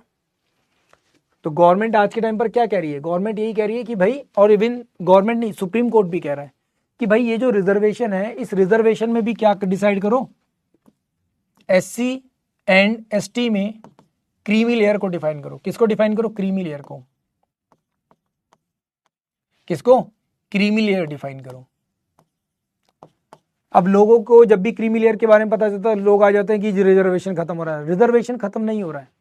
अब इस रिजर्वेशन का फायदा किसको हो रहा है, जो बड़े बड़े पदों पर बैठे हैं। अब आज के टाइम पर जो बड़े बड़े लीडर्स हैं, जितने भी बड़े बड़े लीडर्स हैं, चाहे वो मायावती जी हों, चाहे चंद्रशेखर रावण हो, या कोई और भी लीडर हो, क्या इनको सच में रिजर्वेशन की जरूरत है? लिटरली नहीं है। इनके पास बहुत बढ़िया बढ़िया गाड़ियां हैं, इनके पास लाखों करोड़ों की संपत्ति है, ठीक है, क्या इनको रिजर्वेशन की जरूरत है? नहीं है। बट जब भी कभी कोई ऐसा कुछ होता है तो सबसे पहले ये लोग बोलते हैं, क्यों? क्योंकि रिजर्वेशन का फायदा तो इनको भी मिलेगा, इनके बाद वाली पीढ़ियों को भी बहुत फायदा मिलेगा, है ना। तो कहीं ना कहीं इसमें एक क्या है, कमी आ रही है जो आज के टाइम पर है, और उसको कहीं ना कहीं खत्म करना जरूरी है। वेल, आपको ये चीज पता चल गई। तो हम लोग यहाँ पर इक्वल अपॉर्चुनिटी की बात कर रहे हैं, और कुछ लोगों को यहाँ पर रिजर्वेशन दिया जाता है। किस बेसिस पर? ग्राउंड क्या होते हैं, ग्राउंड आपके सामने है। इन ग्राउंड्स को ध्यान में रखते हुए क्या रिजर्वेशन दिया जाता है कुछ लोगों को? कौन कौन से? उनकी रिलीजन, कास्ट क्या है, बर्थ प्लेस, इन सब चीजों को देखते हुए क्या कुछ लेवल पर उनको रिजर्वेशन दिया जाता है। क्या दिया जाता है? रिजर्वेशन दिया जाता है। अब जैसे हम लोग बात करते हैं नॉर्थ ईस्ट रीजन की। नॉर्थ ईस्ट रीजन में जो लोग होते हैं उनकी हाइट कंपैरेटिवली छोटी होती है, तो आर्मी में उन लोगों को एक रिजर्वेशन दिया गया कि भाई आपकी हाइट अगर 2 इंच कम है तो हम आपको कंसीडर कर लेंगे। क्यों? क्योंकि ज्योग्राफिकली उनके जीन्स में वो चीज है, तो उनको एज इट इज एक्सेप्ट करना पड़ेगा, अदरवाइज कोई और पर्सन आ ही नहीं पाएगा। नॉर्थ ईस्ट में लोगों की हाइट छोटी रहती है, तो कैसे उनको लेकर आओगे? तो वो चीज जरूरी है ना, हाइट को लेकर है। होता है ना, आर्मी में होता है,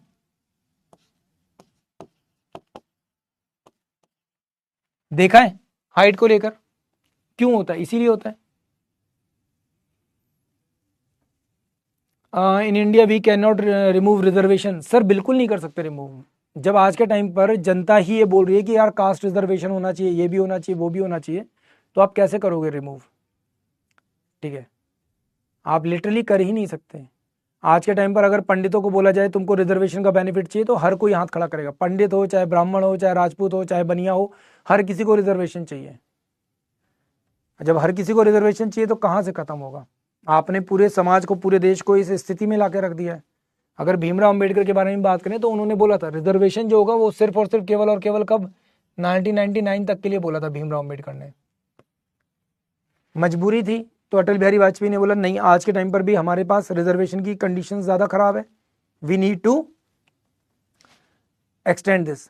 तो अटल बिहारी वाजपेयी ने इसे 10 साल के लिए बढ़ाया, और ये एक क्या करा, उसमें क्लॉज जोड़ दिया कि हर 10 साल के बाद क्या इसे इवेल्युएट किया जाएगा, चेक किया जाएगा, क्या अब आगे बढ़ाने की जरूरत है और कितना कम किया जा सकता है रिजर्वेशन। ये चीज बोली थी अटल बिहारी वाजपेयी ने, और उन्होंने किया भी था, क्योंकि 1919 में उनकी सरकार थी, 1919 में उनकी सरकार थी। उसके बाद गवर्नमेंट चेंज हुई, 2010 में गवर्नमेंट ने क्या कर दिया, ईयर 2010 में गवर्नमेंट ने इसको परमानेंट कर दिया, फिक्स कर दिया कि you can't remove this reservation system. अब ऐसा फिक्स हो गया है कि लिटरली आज के टाइम पर क्या, वो जो होता है ना जिसे हम लोग कहते हैं कैंसर की गांठ, है ना, कैंसर के जैसा हो गया आज के टाइम पर। वेल, आगे बढ़ते हैं, फिर आता है आर्टिकल नंबर 17। क्या बताता है आर्टिकल नंबर 17? आर्टिकल नंबर 17 बताता है एबोल्यूशन ऑफ अनटचेबिलिटी। अनटचेबिलिटी, यहां पर भी जो ग्राउंड्स दिए गए हैं, जो ग्राउंड्स दिए गए हैं वो कौन से ग्राउंड है? वो आर्टिकल 15 वाले ग्राउंड है। कौन से? आर्टिकल 15 वाले ग्राउंड से। ध्यान रखना कि आप किसी भी स्तर पर किसी भी व्यक्ति विशेष के साथ क्या नहीं कर सकते? भेदभाव नहीं कर सकते, छुआछूत नहीं कर सकते। क्या नहीं कर सकते? छुआछूत नहीं कर सकते, अनटचेबिलिटी नहीं कर सकते। तो अनटचेबिलिटी किसी भी ग्राउंड पर होगी, वो क्या होगी? अपराध मानी जाएगी। बट यहां पर भी एक कंडीशन आ जाती है। कौन सी? जब हम लोग बोलते हैं किसके लिए? Medical conditions. क्या? Medical conditions. आप पहुंचे और वहां पर क्या हुआ? मेडिकल ऑफिसर ने बोला थोड़ा दूर खड़े हो जाओ, तुम उसको नहीं कह सकते तुम मेरे साथ भेदभाव कर रहे हो, तुम नहीं कह सकते। समझ में आई बात? तुम नहीं कह सकते। क्लियर? कोविड था, कोविड में घर वाले भी तुम्हारे साथ भेदभाव कर रहे थे। अगर तुम्हें कोविड हुआ होगा तो तुमने नोटिस किया होगा, मम्मी तुम्हारे पास नहीं आ रही थी, तुम्हारे भाई बहन, तुम्हारे पापा, तुम्हें एक कमरे में बंद कर दिया था और दूर से ही ऐसे खाना दे देते थे, ये लो खा लो। और खाना खाने के बाद दूर से ही बोलते थे वहीं जमीन पे रख दो, उठा लेंगे हम। याद है? तो किसी भी मेडिकल ग्राउंड पे अगर भेदभाव हो रहा है तो उसे एक्सेप्ट करा जाएगा। समझ में आई बात? बात समझ में आई?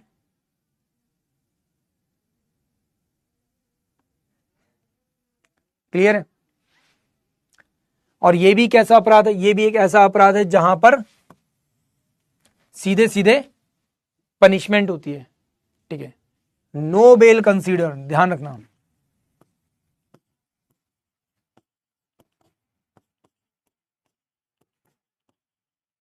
किसी भी तरह की बेल यहां पे कंसीडर नहीं की जाएगी, किसी भी तरह की बेल यहां पे कंसीडर नहीं की जाएगी। बात समझ में आई? क्लियर है? फाइनली फिर यहां पे आता है हमारा article number 18, evolution of titles. जब टाइटल्स को लेकर बात की जाती है तो यहां पे सबसे पहले हेरिटी बेसिस पर, हेरिटी बेसिस पर जैसे कि राजा, राजा साहेब, है ना, राय बहादुर, महाराजा, महाराजा धीराज, इस तरह के ये टाइटल होते थे जो फैमिली के ऊपर थे। किसके ऊपर थे? फैमिली बेस्ड थे। अब जैसे राजस्थान में एक बहुत ही सम्मानित परिवार है ना, बहुत सम्मानित परिवार है।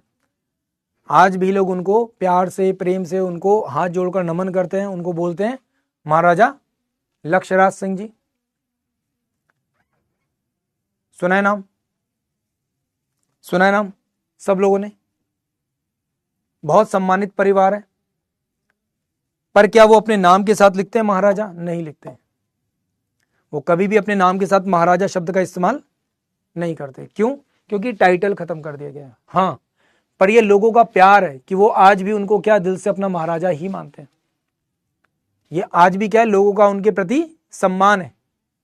क्या है? लोगों के प्रति, लोगों का क्या है, उनके प्रति सम्मान है कि लोग आज भी उनको क्या अपना महाराजा ही मानते हैं।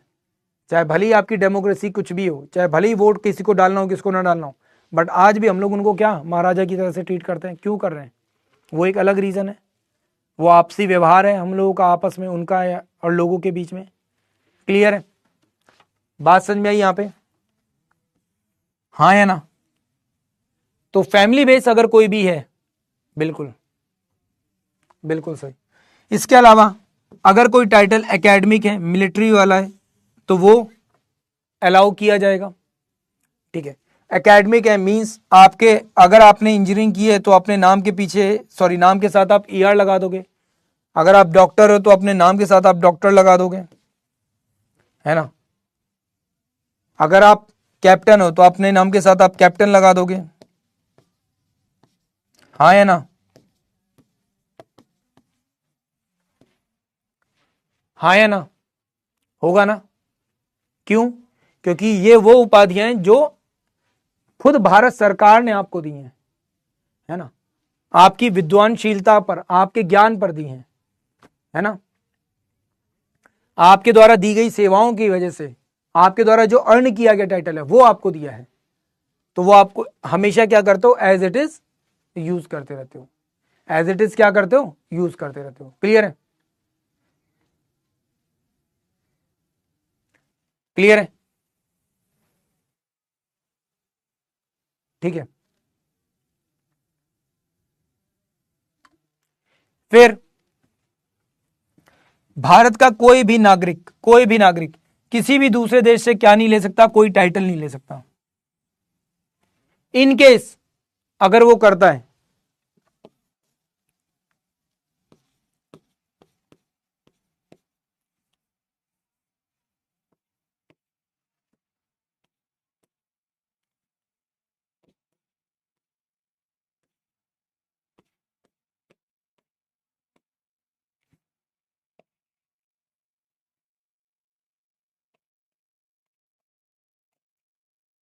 इन केस ही और शी एक्सेप्ट द टाइटल, अगर उन्होंने एक्सेप्ट कर लिया title, then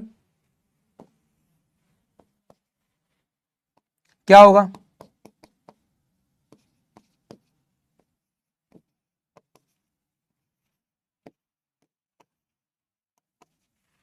citizenship of India क्या हो जाएगी उसकी,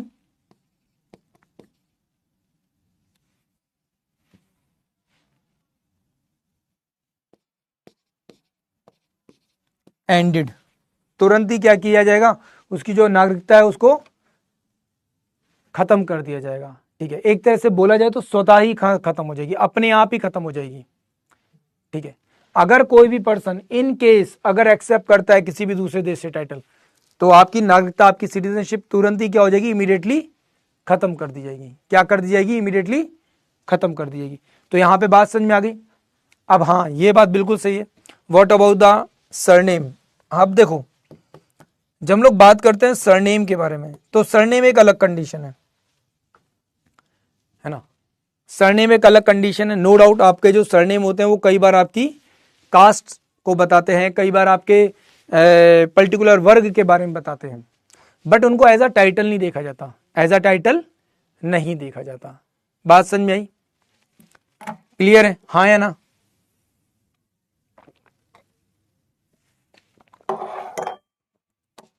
अब यहां पे मैं तुम्हें एक बड़ी बात बताता हूं। लोग कुछ भी बोले, नो डाउट मैं भी कास्ट बेस्ड जो डिस्क्रिमिनेशन होता है, कास्ट बेस्ड जो भी डिस्क्रिमिनेशन होता है, मैं उसके अगेंस्ट हूं। मैं खुद भी कास्ट सिस्टम को अलाउ नहीं करता कहीं पर भी, ना ही एक्सेप्ट करता हूं।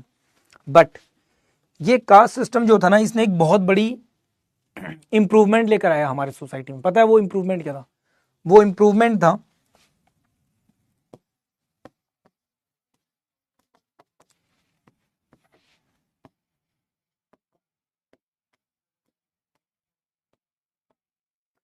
जेनेटिक डिसऑर्डर्स को लेकर।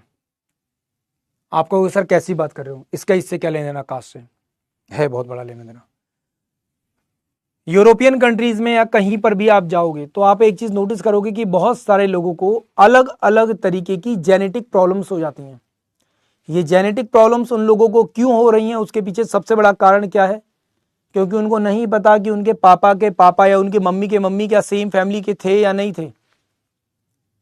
ठीक है, यूरोप में आज के टाइम पर अगर लोग आपस में शादी कर रहे हैं तो वो उससे पहले अपने डीएनए की टेस्टिंग करवाते हैं, अपने जीन्स टेस्टिंग करवाते हैं, कहीं सेम जीन्स के तो नहीं है हम। अगर गलती से भी सेम जीन्स के हुए तो 101% हमारे बच्चे के लिए खतरा पैदा हो जाएगा। बच्चे में एक से बढ़कर एक बीमारियां दिखाई दे जाएंगी, क्योंकि सेम जीन्स है हमारे। क्या है? सेम जीन्स है। तो उससे बचा कैसे जा सकता है? बचने का केवल एक ही तरीका है। वो तरीका क्या है? आपका गोत्र, आपकी कास्ट। कोई भी पर्सन, ठीक है, जिसका सरनेम जो भी है, वो उसी सेम सरनेम वाली महिला के साथ शादी नहीं करता। होता है, होता है। तो जो कास्ट और गोत्र का जो सिस्टम था, इसने काफी हद तक क्या किया है, जो जेनेटिक डिसऑर्डर्स थे उससे हम लोगों को बचा के रखा है। हम लोगों को क्या किया है? बचा के रखा है। और तुम्हें पता है, अगर हम लोग सही तरीके से ये जो गोत्र सिस्टम इसको फॉलो करें, अगर सही तरीके से फॉलो करें,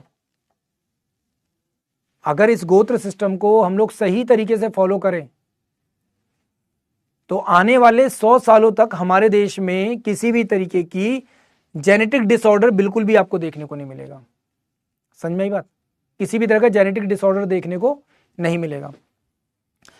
मैं तुम्हें ना एक बड़ी मजेदार सी बात बताता हूँ, यहाँ पे कास्ट की बात हो रही है इसलिए मैं तुम्हें ये बात बता रहा हूँ। मेरा एक फ्रेंड है, ठीक है, मेरा एक फ्रेंड है,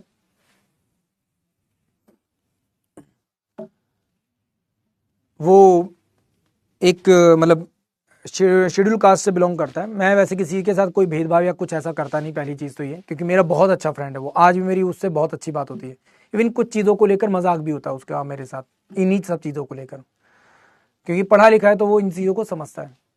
उसने मुझे एक बड़ी अजीब सी बात बताई, बोलता भाई देख मैं ना इस पर्टिकुलर एक कास्ट से बिलोंग करता हूँ।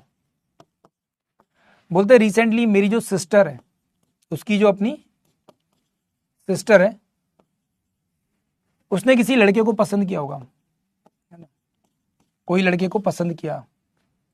वो लड़का भी जो आता था वो शेड्यूल कास्ट से आता था। किससे आता था? शेड्यूल कास्ट से आता था। वो लड़का भी शेड्यूल कास्ट से बिलोंग करता था और सिस्टर भी बिलोंग करती थी उसकी। अब हुआ क्या, बात की गई शादी की। अब जब शादी की बात की गई तो उस लड़के के पापा ने पता है क्या बोला, कि जो लड़के की कास्ट है ना, शेड्यूल, ये जो लड़की की कास्ट है ये हमसे नीचे वाला एससी है, हमसे नीचे वाला है, इसलिए हम इसके साथ शादी नहीं कर सकते। बोलता पहली बार मुझे पता चला कि ये भेदभाव कितना ज्यादा डीपली है हमारे अंदर, कि अगर हम लोग एक साथ खड़े होकर बोलें कि हाँ यार पिछड़े वर्ग के अधिकारों की बात करनी चाहिए, तो पिछड़ा वर्ग खुद आपस में क्या कर रहा है, भेदभाव कर रहा है, उसे कौन रोकेगा, है ना, उसे कौन रोकेगा। तो एक अजीब सी बात थी, और ये होता है, ये हमारी सोसाइटी में है, हम लोगों को दिखता है। बड़ा ब्राह्मण छोटे ब्राह्मण के साथ भेदभाव कर रहा है, बड़ा राजपूत छोटे राजपूत के साथ भेदभाव कर रहा है, बड़ा वाला बनिया छोटे वाले बनिया लाला के साथ भेदभाव कर रहा है ना, बड़ा एससी छोटे एससी कास्ट के साथ भेदभाव कर रहा है। तो ये होता है, ये हमारे सोसाइटी में है, और यही चीज खत्म करनी है। सबसे पहले पहले अपनी आपस की तो विध्वंस को खत्म करो, दूसरों से लड़ोगे कैसे आप। फाइनली फिर हम लोग बात करते हैं यहाँ पे right to freedom. Right to freedom क्या है? आर्टिकल नंबर 19 से लेकर 22 तक है। कहां से? 19 से लेकर 22 तक है। बात करता है किसके बारे में? प्रोटेक्शन ऑफ सर्टेन राइट्स के बारे में। Protection of certain rights. अब ये प्रोटेक्शन ऑफ सर्टेन राइट्स क्या है? सबसे पहले तो आपको राइट टू स्पीच और एन एक्सप्रेशन दिया जाता है, कि आप अपनी बात को रख सको, आप अपने आप को एक्सप्रेस कर सको, लोगों तक अपनी बात पहुंचा सको। तो सबसे पहली क्या चीज क्या है? स्पीच एंड एक्सप्रेशन का राइट है आपके पास, है ना। फिर आता है कौन सा? पीसफुल असेंबली, कि आप पीसफुली क्या कर सकते हो? असेंबल हो सकते हो, विदाउट आर्म्स आप क्या कर सकते हो? चीजों को कंसीडर कर सकते हो, मतलब आंदोलन करना है, कुछ भी करना है आप कर सकते हो, हड़ताल कर सकते हो। बट अब इसी के अगेंस्ट में जब हम लोग बात करते हैं किसके बारे में? फार्मर्स प्रोटेस्ट, इसी का हिस्सा है। क्या हुआ था? यहां पे हथियारों का इस्तेमाल हो रहा था। अब आप कहोगे सर नहीं हो रहा था। फॉर एग्जाम्पल मान लो मेरे हाथ में ये कप है, इस कप से किसी का कोई नुकसान नहीं हो सकता, पर इसी कप को मैं तोड़कर इसके कांच से किसी को घायल कर दूं, इसका मतलब मैं क्या कर रहा हूं? इसको एक हथियार की तरह से इस्तेमाल कर रहा हूं। तो अब ऐसे में ये जो कांच होगा वो क्या, एक हथियार की तरह से कंसीडर किया जाएगा, है ना। तो ये चीज यहां पर बहुत ज्यादा हो रही थी, और हमको दिख भी रहा था क्या हो रहा है यहां पर। सेम आप लोग यहां पर शाहीन बाग वाला भी देख सकते हो, वहां पर भी कई लोगों ने सेम ये काम किया था, है ना। तो आपके पास प्रोटेस्ट करने का अधिकार है पीसफुली, बट बिना किसी अपवाद के। फिर आता है form the association and union. आप किसी भी तरह का संघ बना सकते हो, किसी भी तरह की यूनियन बना सकते हो। आप यूनियन या संघ बना सकते हो, आपको पूरा अधिकार है। आप चाहे पॉलिटिकल पार्टी बनाओ, चाहे आप ऑर्गेनाइजेशन बनाओ, कोई एसोसिएशन बनाओ, कोई यूनियन बनाओ, आपको हर किसी चीज का अधिकार है। इवन आज के टाइम पीरियड पर टीचरों की अपनी यूनियन होती है, बैंक कर्मचारियों की यूनियन है, ठीक है, रेलवे के कर्मचारियों की यूनियन है, जो रिक्शा आपके आसपास के एरिया में चलाते हैं उनकी भी अपनी एक यूनियन है, रिक्शा यूनियन, ऑटो यूनियन, बस यूनियन। ये सारी यूनियंस आपको देखने को मिल जाती है, हर तरह की यूनियन आपको देखने को मिलती है। सोचो, हर तरह की यूनियन एक्सेप्टेबल है। अब सेम इसके अगेंस्ट में जब हम लोग बात करते हैं तो आप लोगों ने नाम सुना होगा सिम्मी, आप लोगों ने नाम सुना होगा इंडियन मुजाहिदीन, एंड रिसेंटली इसी का एक और अपग्रेडेड वर्जन, एक्चुअल में देखा जाए तो ये एक दूसरे के ही अपग्रेडेड वर्जन है। सिम्मी का अपग्रेडेड वर्जन था इंडियन मुजाहिदीन, और इंडियन मुजाहिदीन का एक अपग्रेडेड वर्जन था जिसको हम लोगों ने नाम क्या दिया था, PFI, popular front of India, जो केरल में काम कर रहा था। अगर हम लोग इसके बारे में बात करते हैं सिम्मी, तो ये आपके यूपी, आगरा, देवबंद इस वाले एरिया में काम करता था। जब इसके ऊपर बैन लगाया गया, इनको हटाया गया, तो ये कहाँ पहुंच गया, इंडियन मुजाहिदीन। ये साउथ इंडिया में थोड़ा बहुत क्या कर रहा था, ऑपरेट कर रहा था। केरल के जंगलों में और इन सब जगहों पर इन्होंने अपने कैंप्स और वो सब बना रखे थे, ट्रेनिंग्स देते थे। जब इसको बैन किया तो इन्होंने एक क्या कर दिया, एक पॉलिटिकल ऑर्गेनाइजेशन की तरह से बना दिया, पॉपुलर फ्रंट ऑफ इंडिया, है ना, क्या बना है, popular front of India. And finally recently government ने इसको भी बैन किया।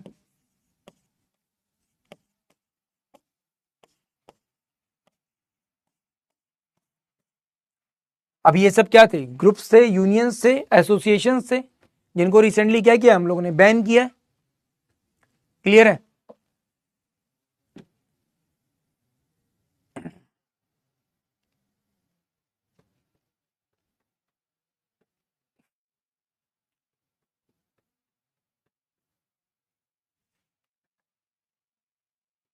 क्लियर। अब स्ट्रीट डॉग्स का इनसे क्या लेना देना भाई, मतलब स्ट्रीट डॉग्स अपनी यूनियन चला पा रहे हैं पर ये सही से चला नहीं पा रहे हैं, अगेंस्ट इंडिया हो जाते हैं लोग। स्ट्रीट डॉग्स की यूनियन फिर भी पहचानती है कौन अपने इलाके का आदमी है? किसको कुछ जाने देना है, किसको नहीं जाने देना गली के अंदर।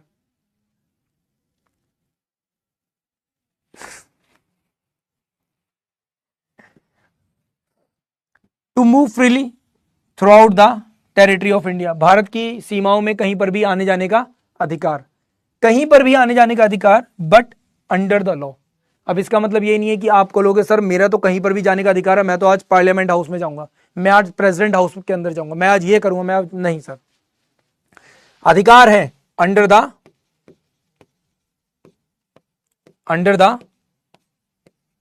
लॉ।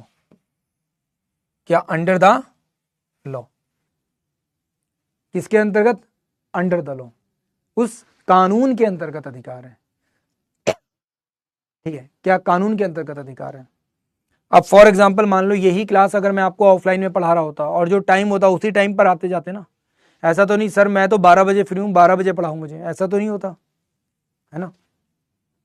फिर भारत की सीमा में कहीं पर भी सेटल होने का अधिकार, निवास करने का अधिकार, पर निवास करने का अधिकार यहां पर कुछ कंडीशंस हैं, जिसमें आता है आपका कौन सा,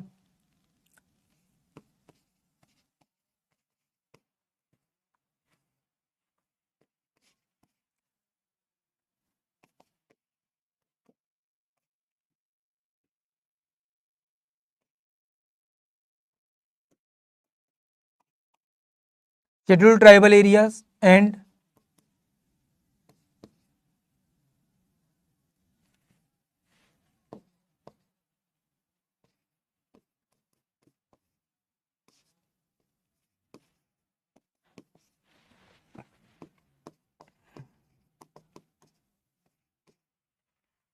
और इन्वायरमेंटल और इकोलॉजिकली सेंसिटिव जो एरियाज होते हैं वहां पर आपको ये अधिकार नहीं है, वहां पर आपको अधिकार नहीं है कि आप वहां पर जाओ और वहां पे जाकर रहो। ठीक है। अब फॉर एग्जांपल रिसेंटली आप लोगों ने देखा होगा हिमाचल प्रदेश में और उत्तराखंड में कुछ जगहों पर बहुत ज्यादा क्रैकडाउन्स हुए, गवर्नमेंट ने बोला यार ये प्रोटेक्टेड एरिया है, ये सडनली एक माउंटेन एरिया है जहां पर कोई भी नहीं जा रहा है, जहां पर केवल और केवल क्या है, नेचुरल चीजें हैं, ठीक है, फॉरेस्ट एरिया है, वहां पे सडनली ऐसे कोई भी क्या नहीं कर सकता, घर नहीं बना सकता, सडनली ऐसे ही कोई भी जाकर रह नहीं सकता। ठीक है, तो वो क्यों कहा गया था, क्यों कहा जा रहा है, इसीलिए कहा जा रहा है क्योंकि इन्वायरमेंटली और इकोलॉजिकली वो एरिया क्या है, सेंसिटिव है, प्रोटेक्टेड है। बात समझ में आई, बात समझ में आई, क्लियर है, सिंपल सी बात है। सेम शेड्यूल्ड ट्राइबल एरियाज, अभी रिसेंटली आप लोगों ने झारखंड वाला केस सुना होगा, झारखंड में बहुत सारे जो ट्राइबल एरियाज थे उनको लोग खरीद रहे थे, बाद में गवर्नमेंट को पता चला, गवर्नमेंट ने इंस्टेंटली बोला भाई ऐसा कैसे बिक सकता है, ट्राइबल एरियाज को बेचने का, खरीदने का किसी के पास ना तो कोई अधिकार है और ना ही कोई ये काम कर सकता है। ठीक है, तो आपने कैसे कर दिया। इवन हम लोगों ने कुछ दिन पहले ही इस न्यूज के बारे में बात भी की थी शायद क्लास में, है ना। तो वो क्या है, यही है। फिर आता है किसके बारे में, to practice and profession and carry the year on occupation, trade and business. आप जैसे चाहे वैसे व्यापार कर सकते हो, जैसा चाहे वैसा काम कर सकते हो, जैसी चाहे वैसी जॉब कर सकते हो। पर आप कहोगे सर मेरा काम किडनी बेचने का है सर, बस एक छोटा सा चीरा लगेगा सर, इतने सा बस किडनी निकाल कर बेचनी है, तो वो एक्सेप्टेबल नहीं है ना। तो यहां पर आप ये नहीं कह सकते सर मुझे ह्यूमन ट्रैफिकिंग करनी है, नहीं कर सकते। आप ये नहीं कह सकते सर हमारा काम तो यहाँ पे वैश्यावृत्ति का है, नहीं कर सकते सर।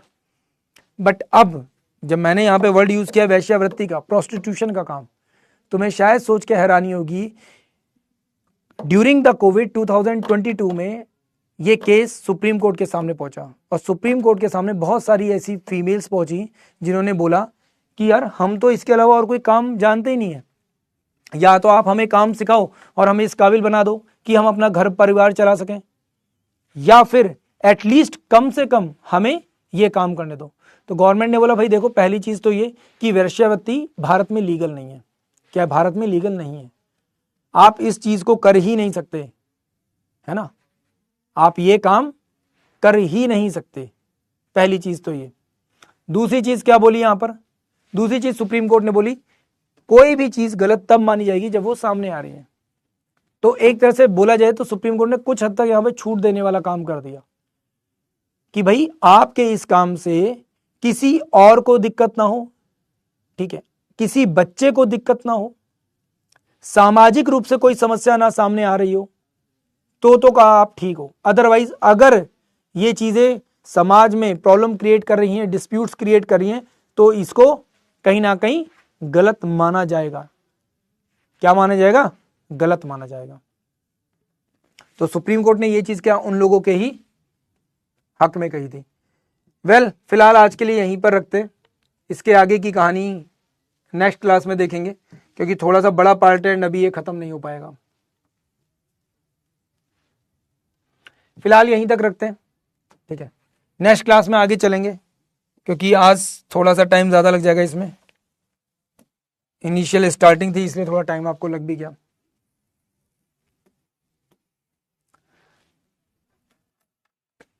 चलो, किसी को कोई डाउट, कोई समस्या, कोई शिकायत, चीजें समझ में आ गई? जितना बताया गया है उतना ही याद करना है, उससे ज्यादा आपको माथापच्ची करने की जरूरत बिल्कुल भी नहीं है। चलो, बहुत अच्छे। तो फिलहाल मुझको दीजिए विदा। Thank you so much. जय हिंद।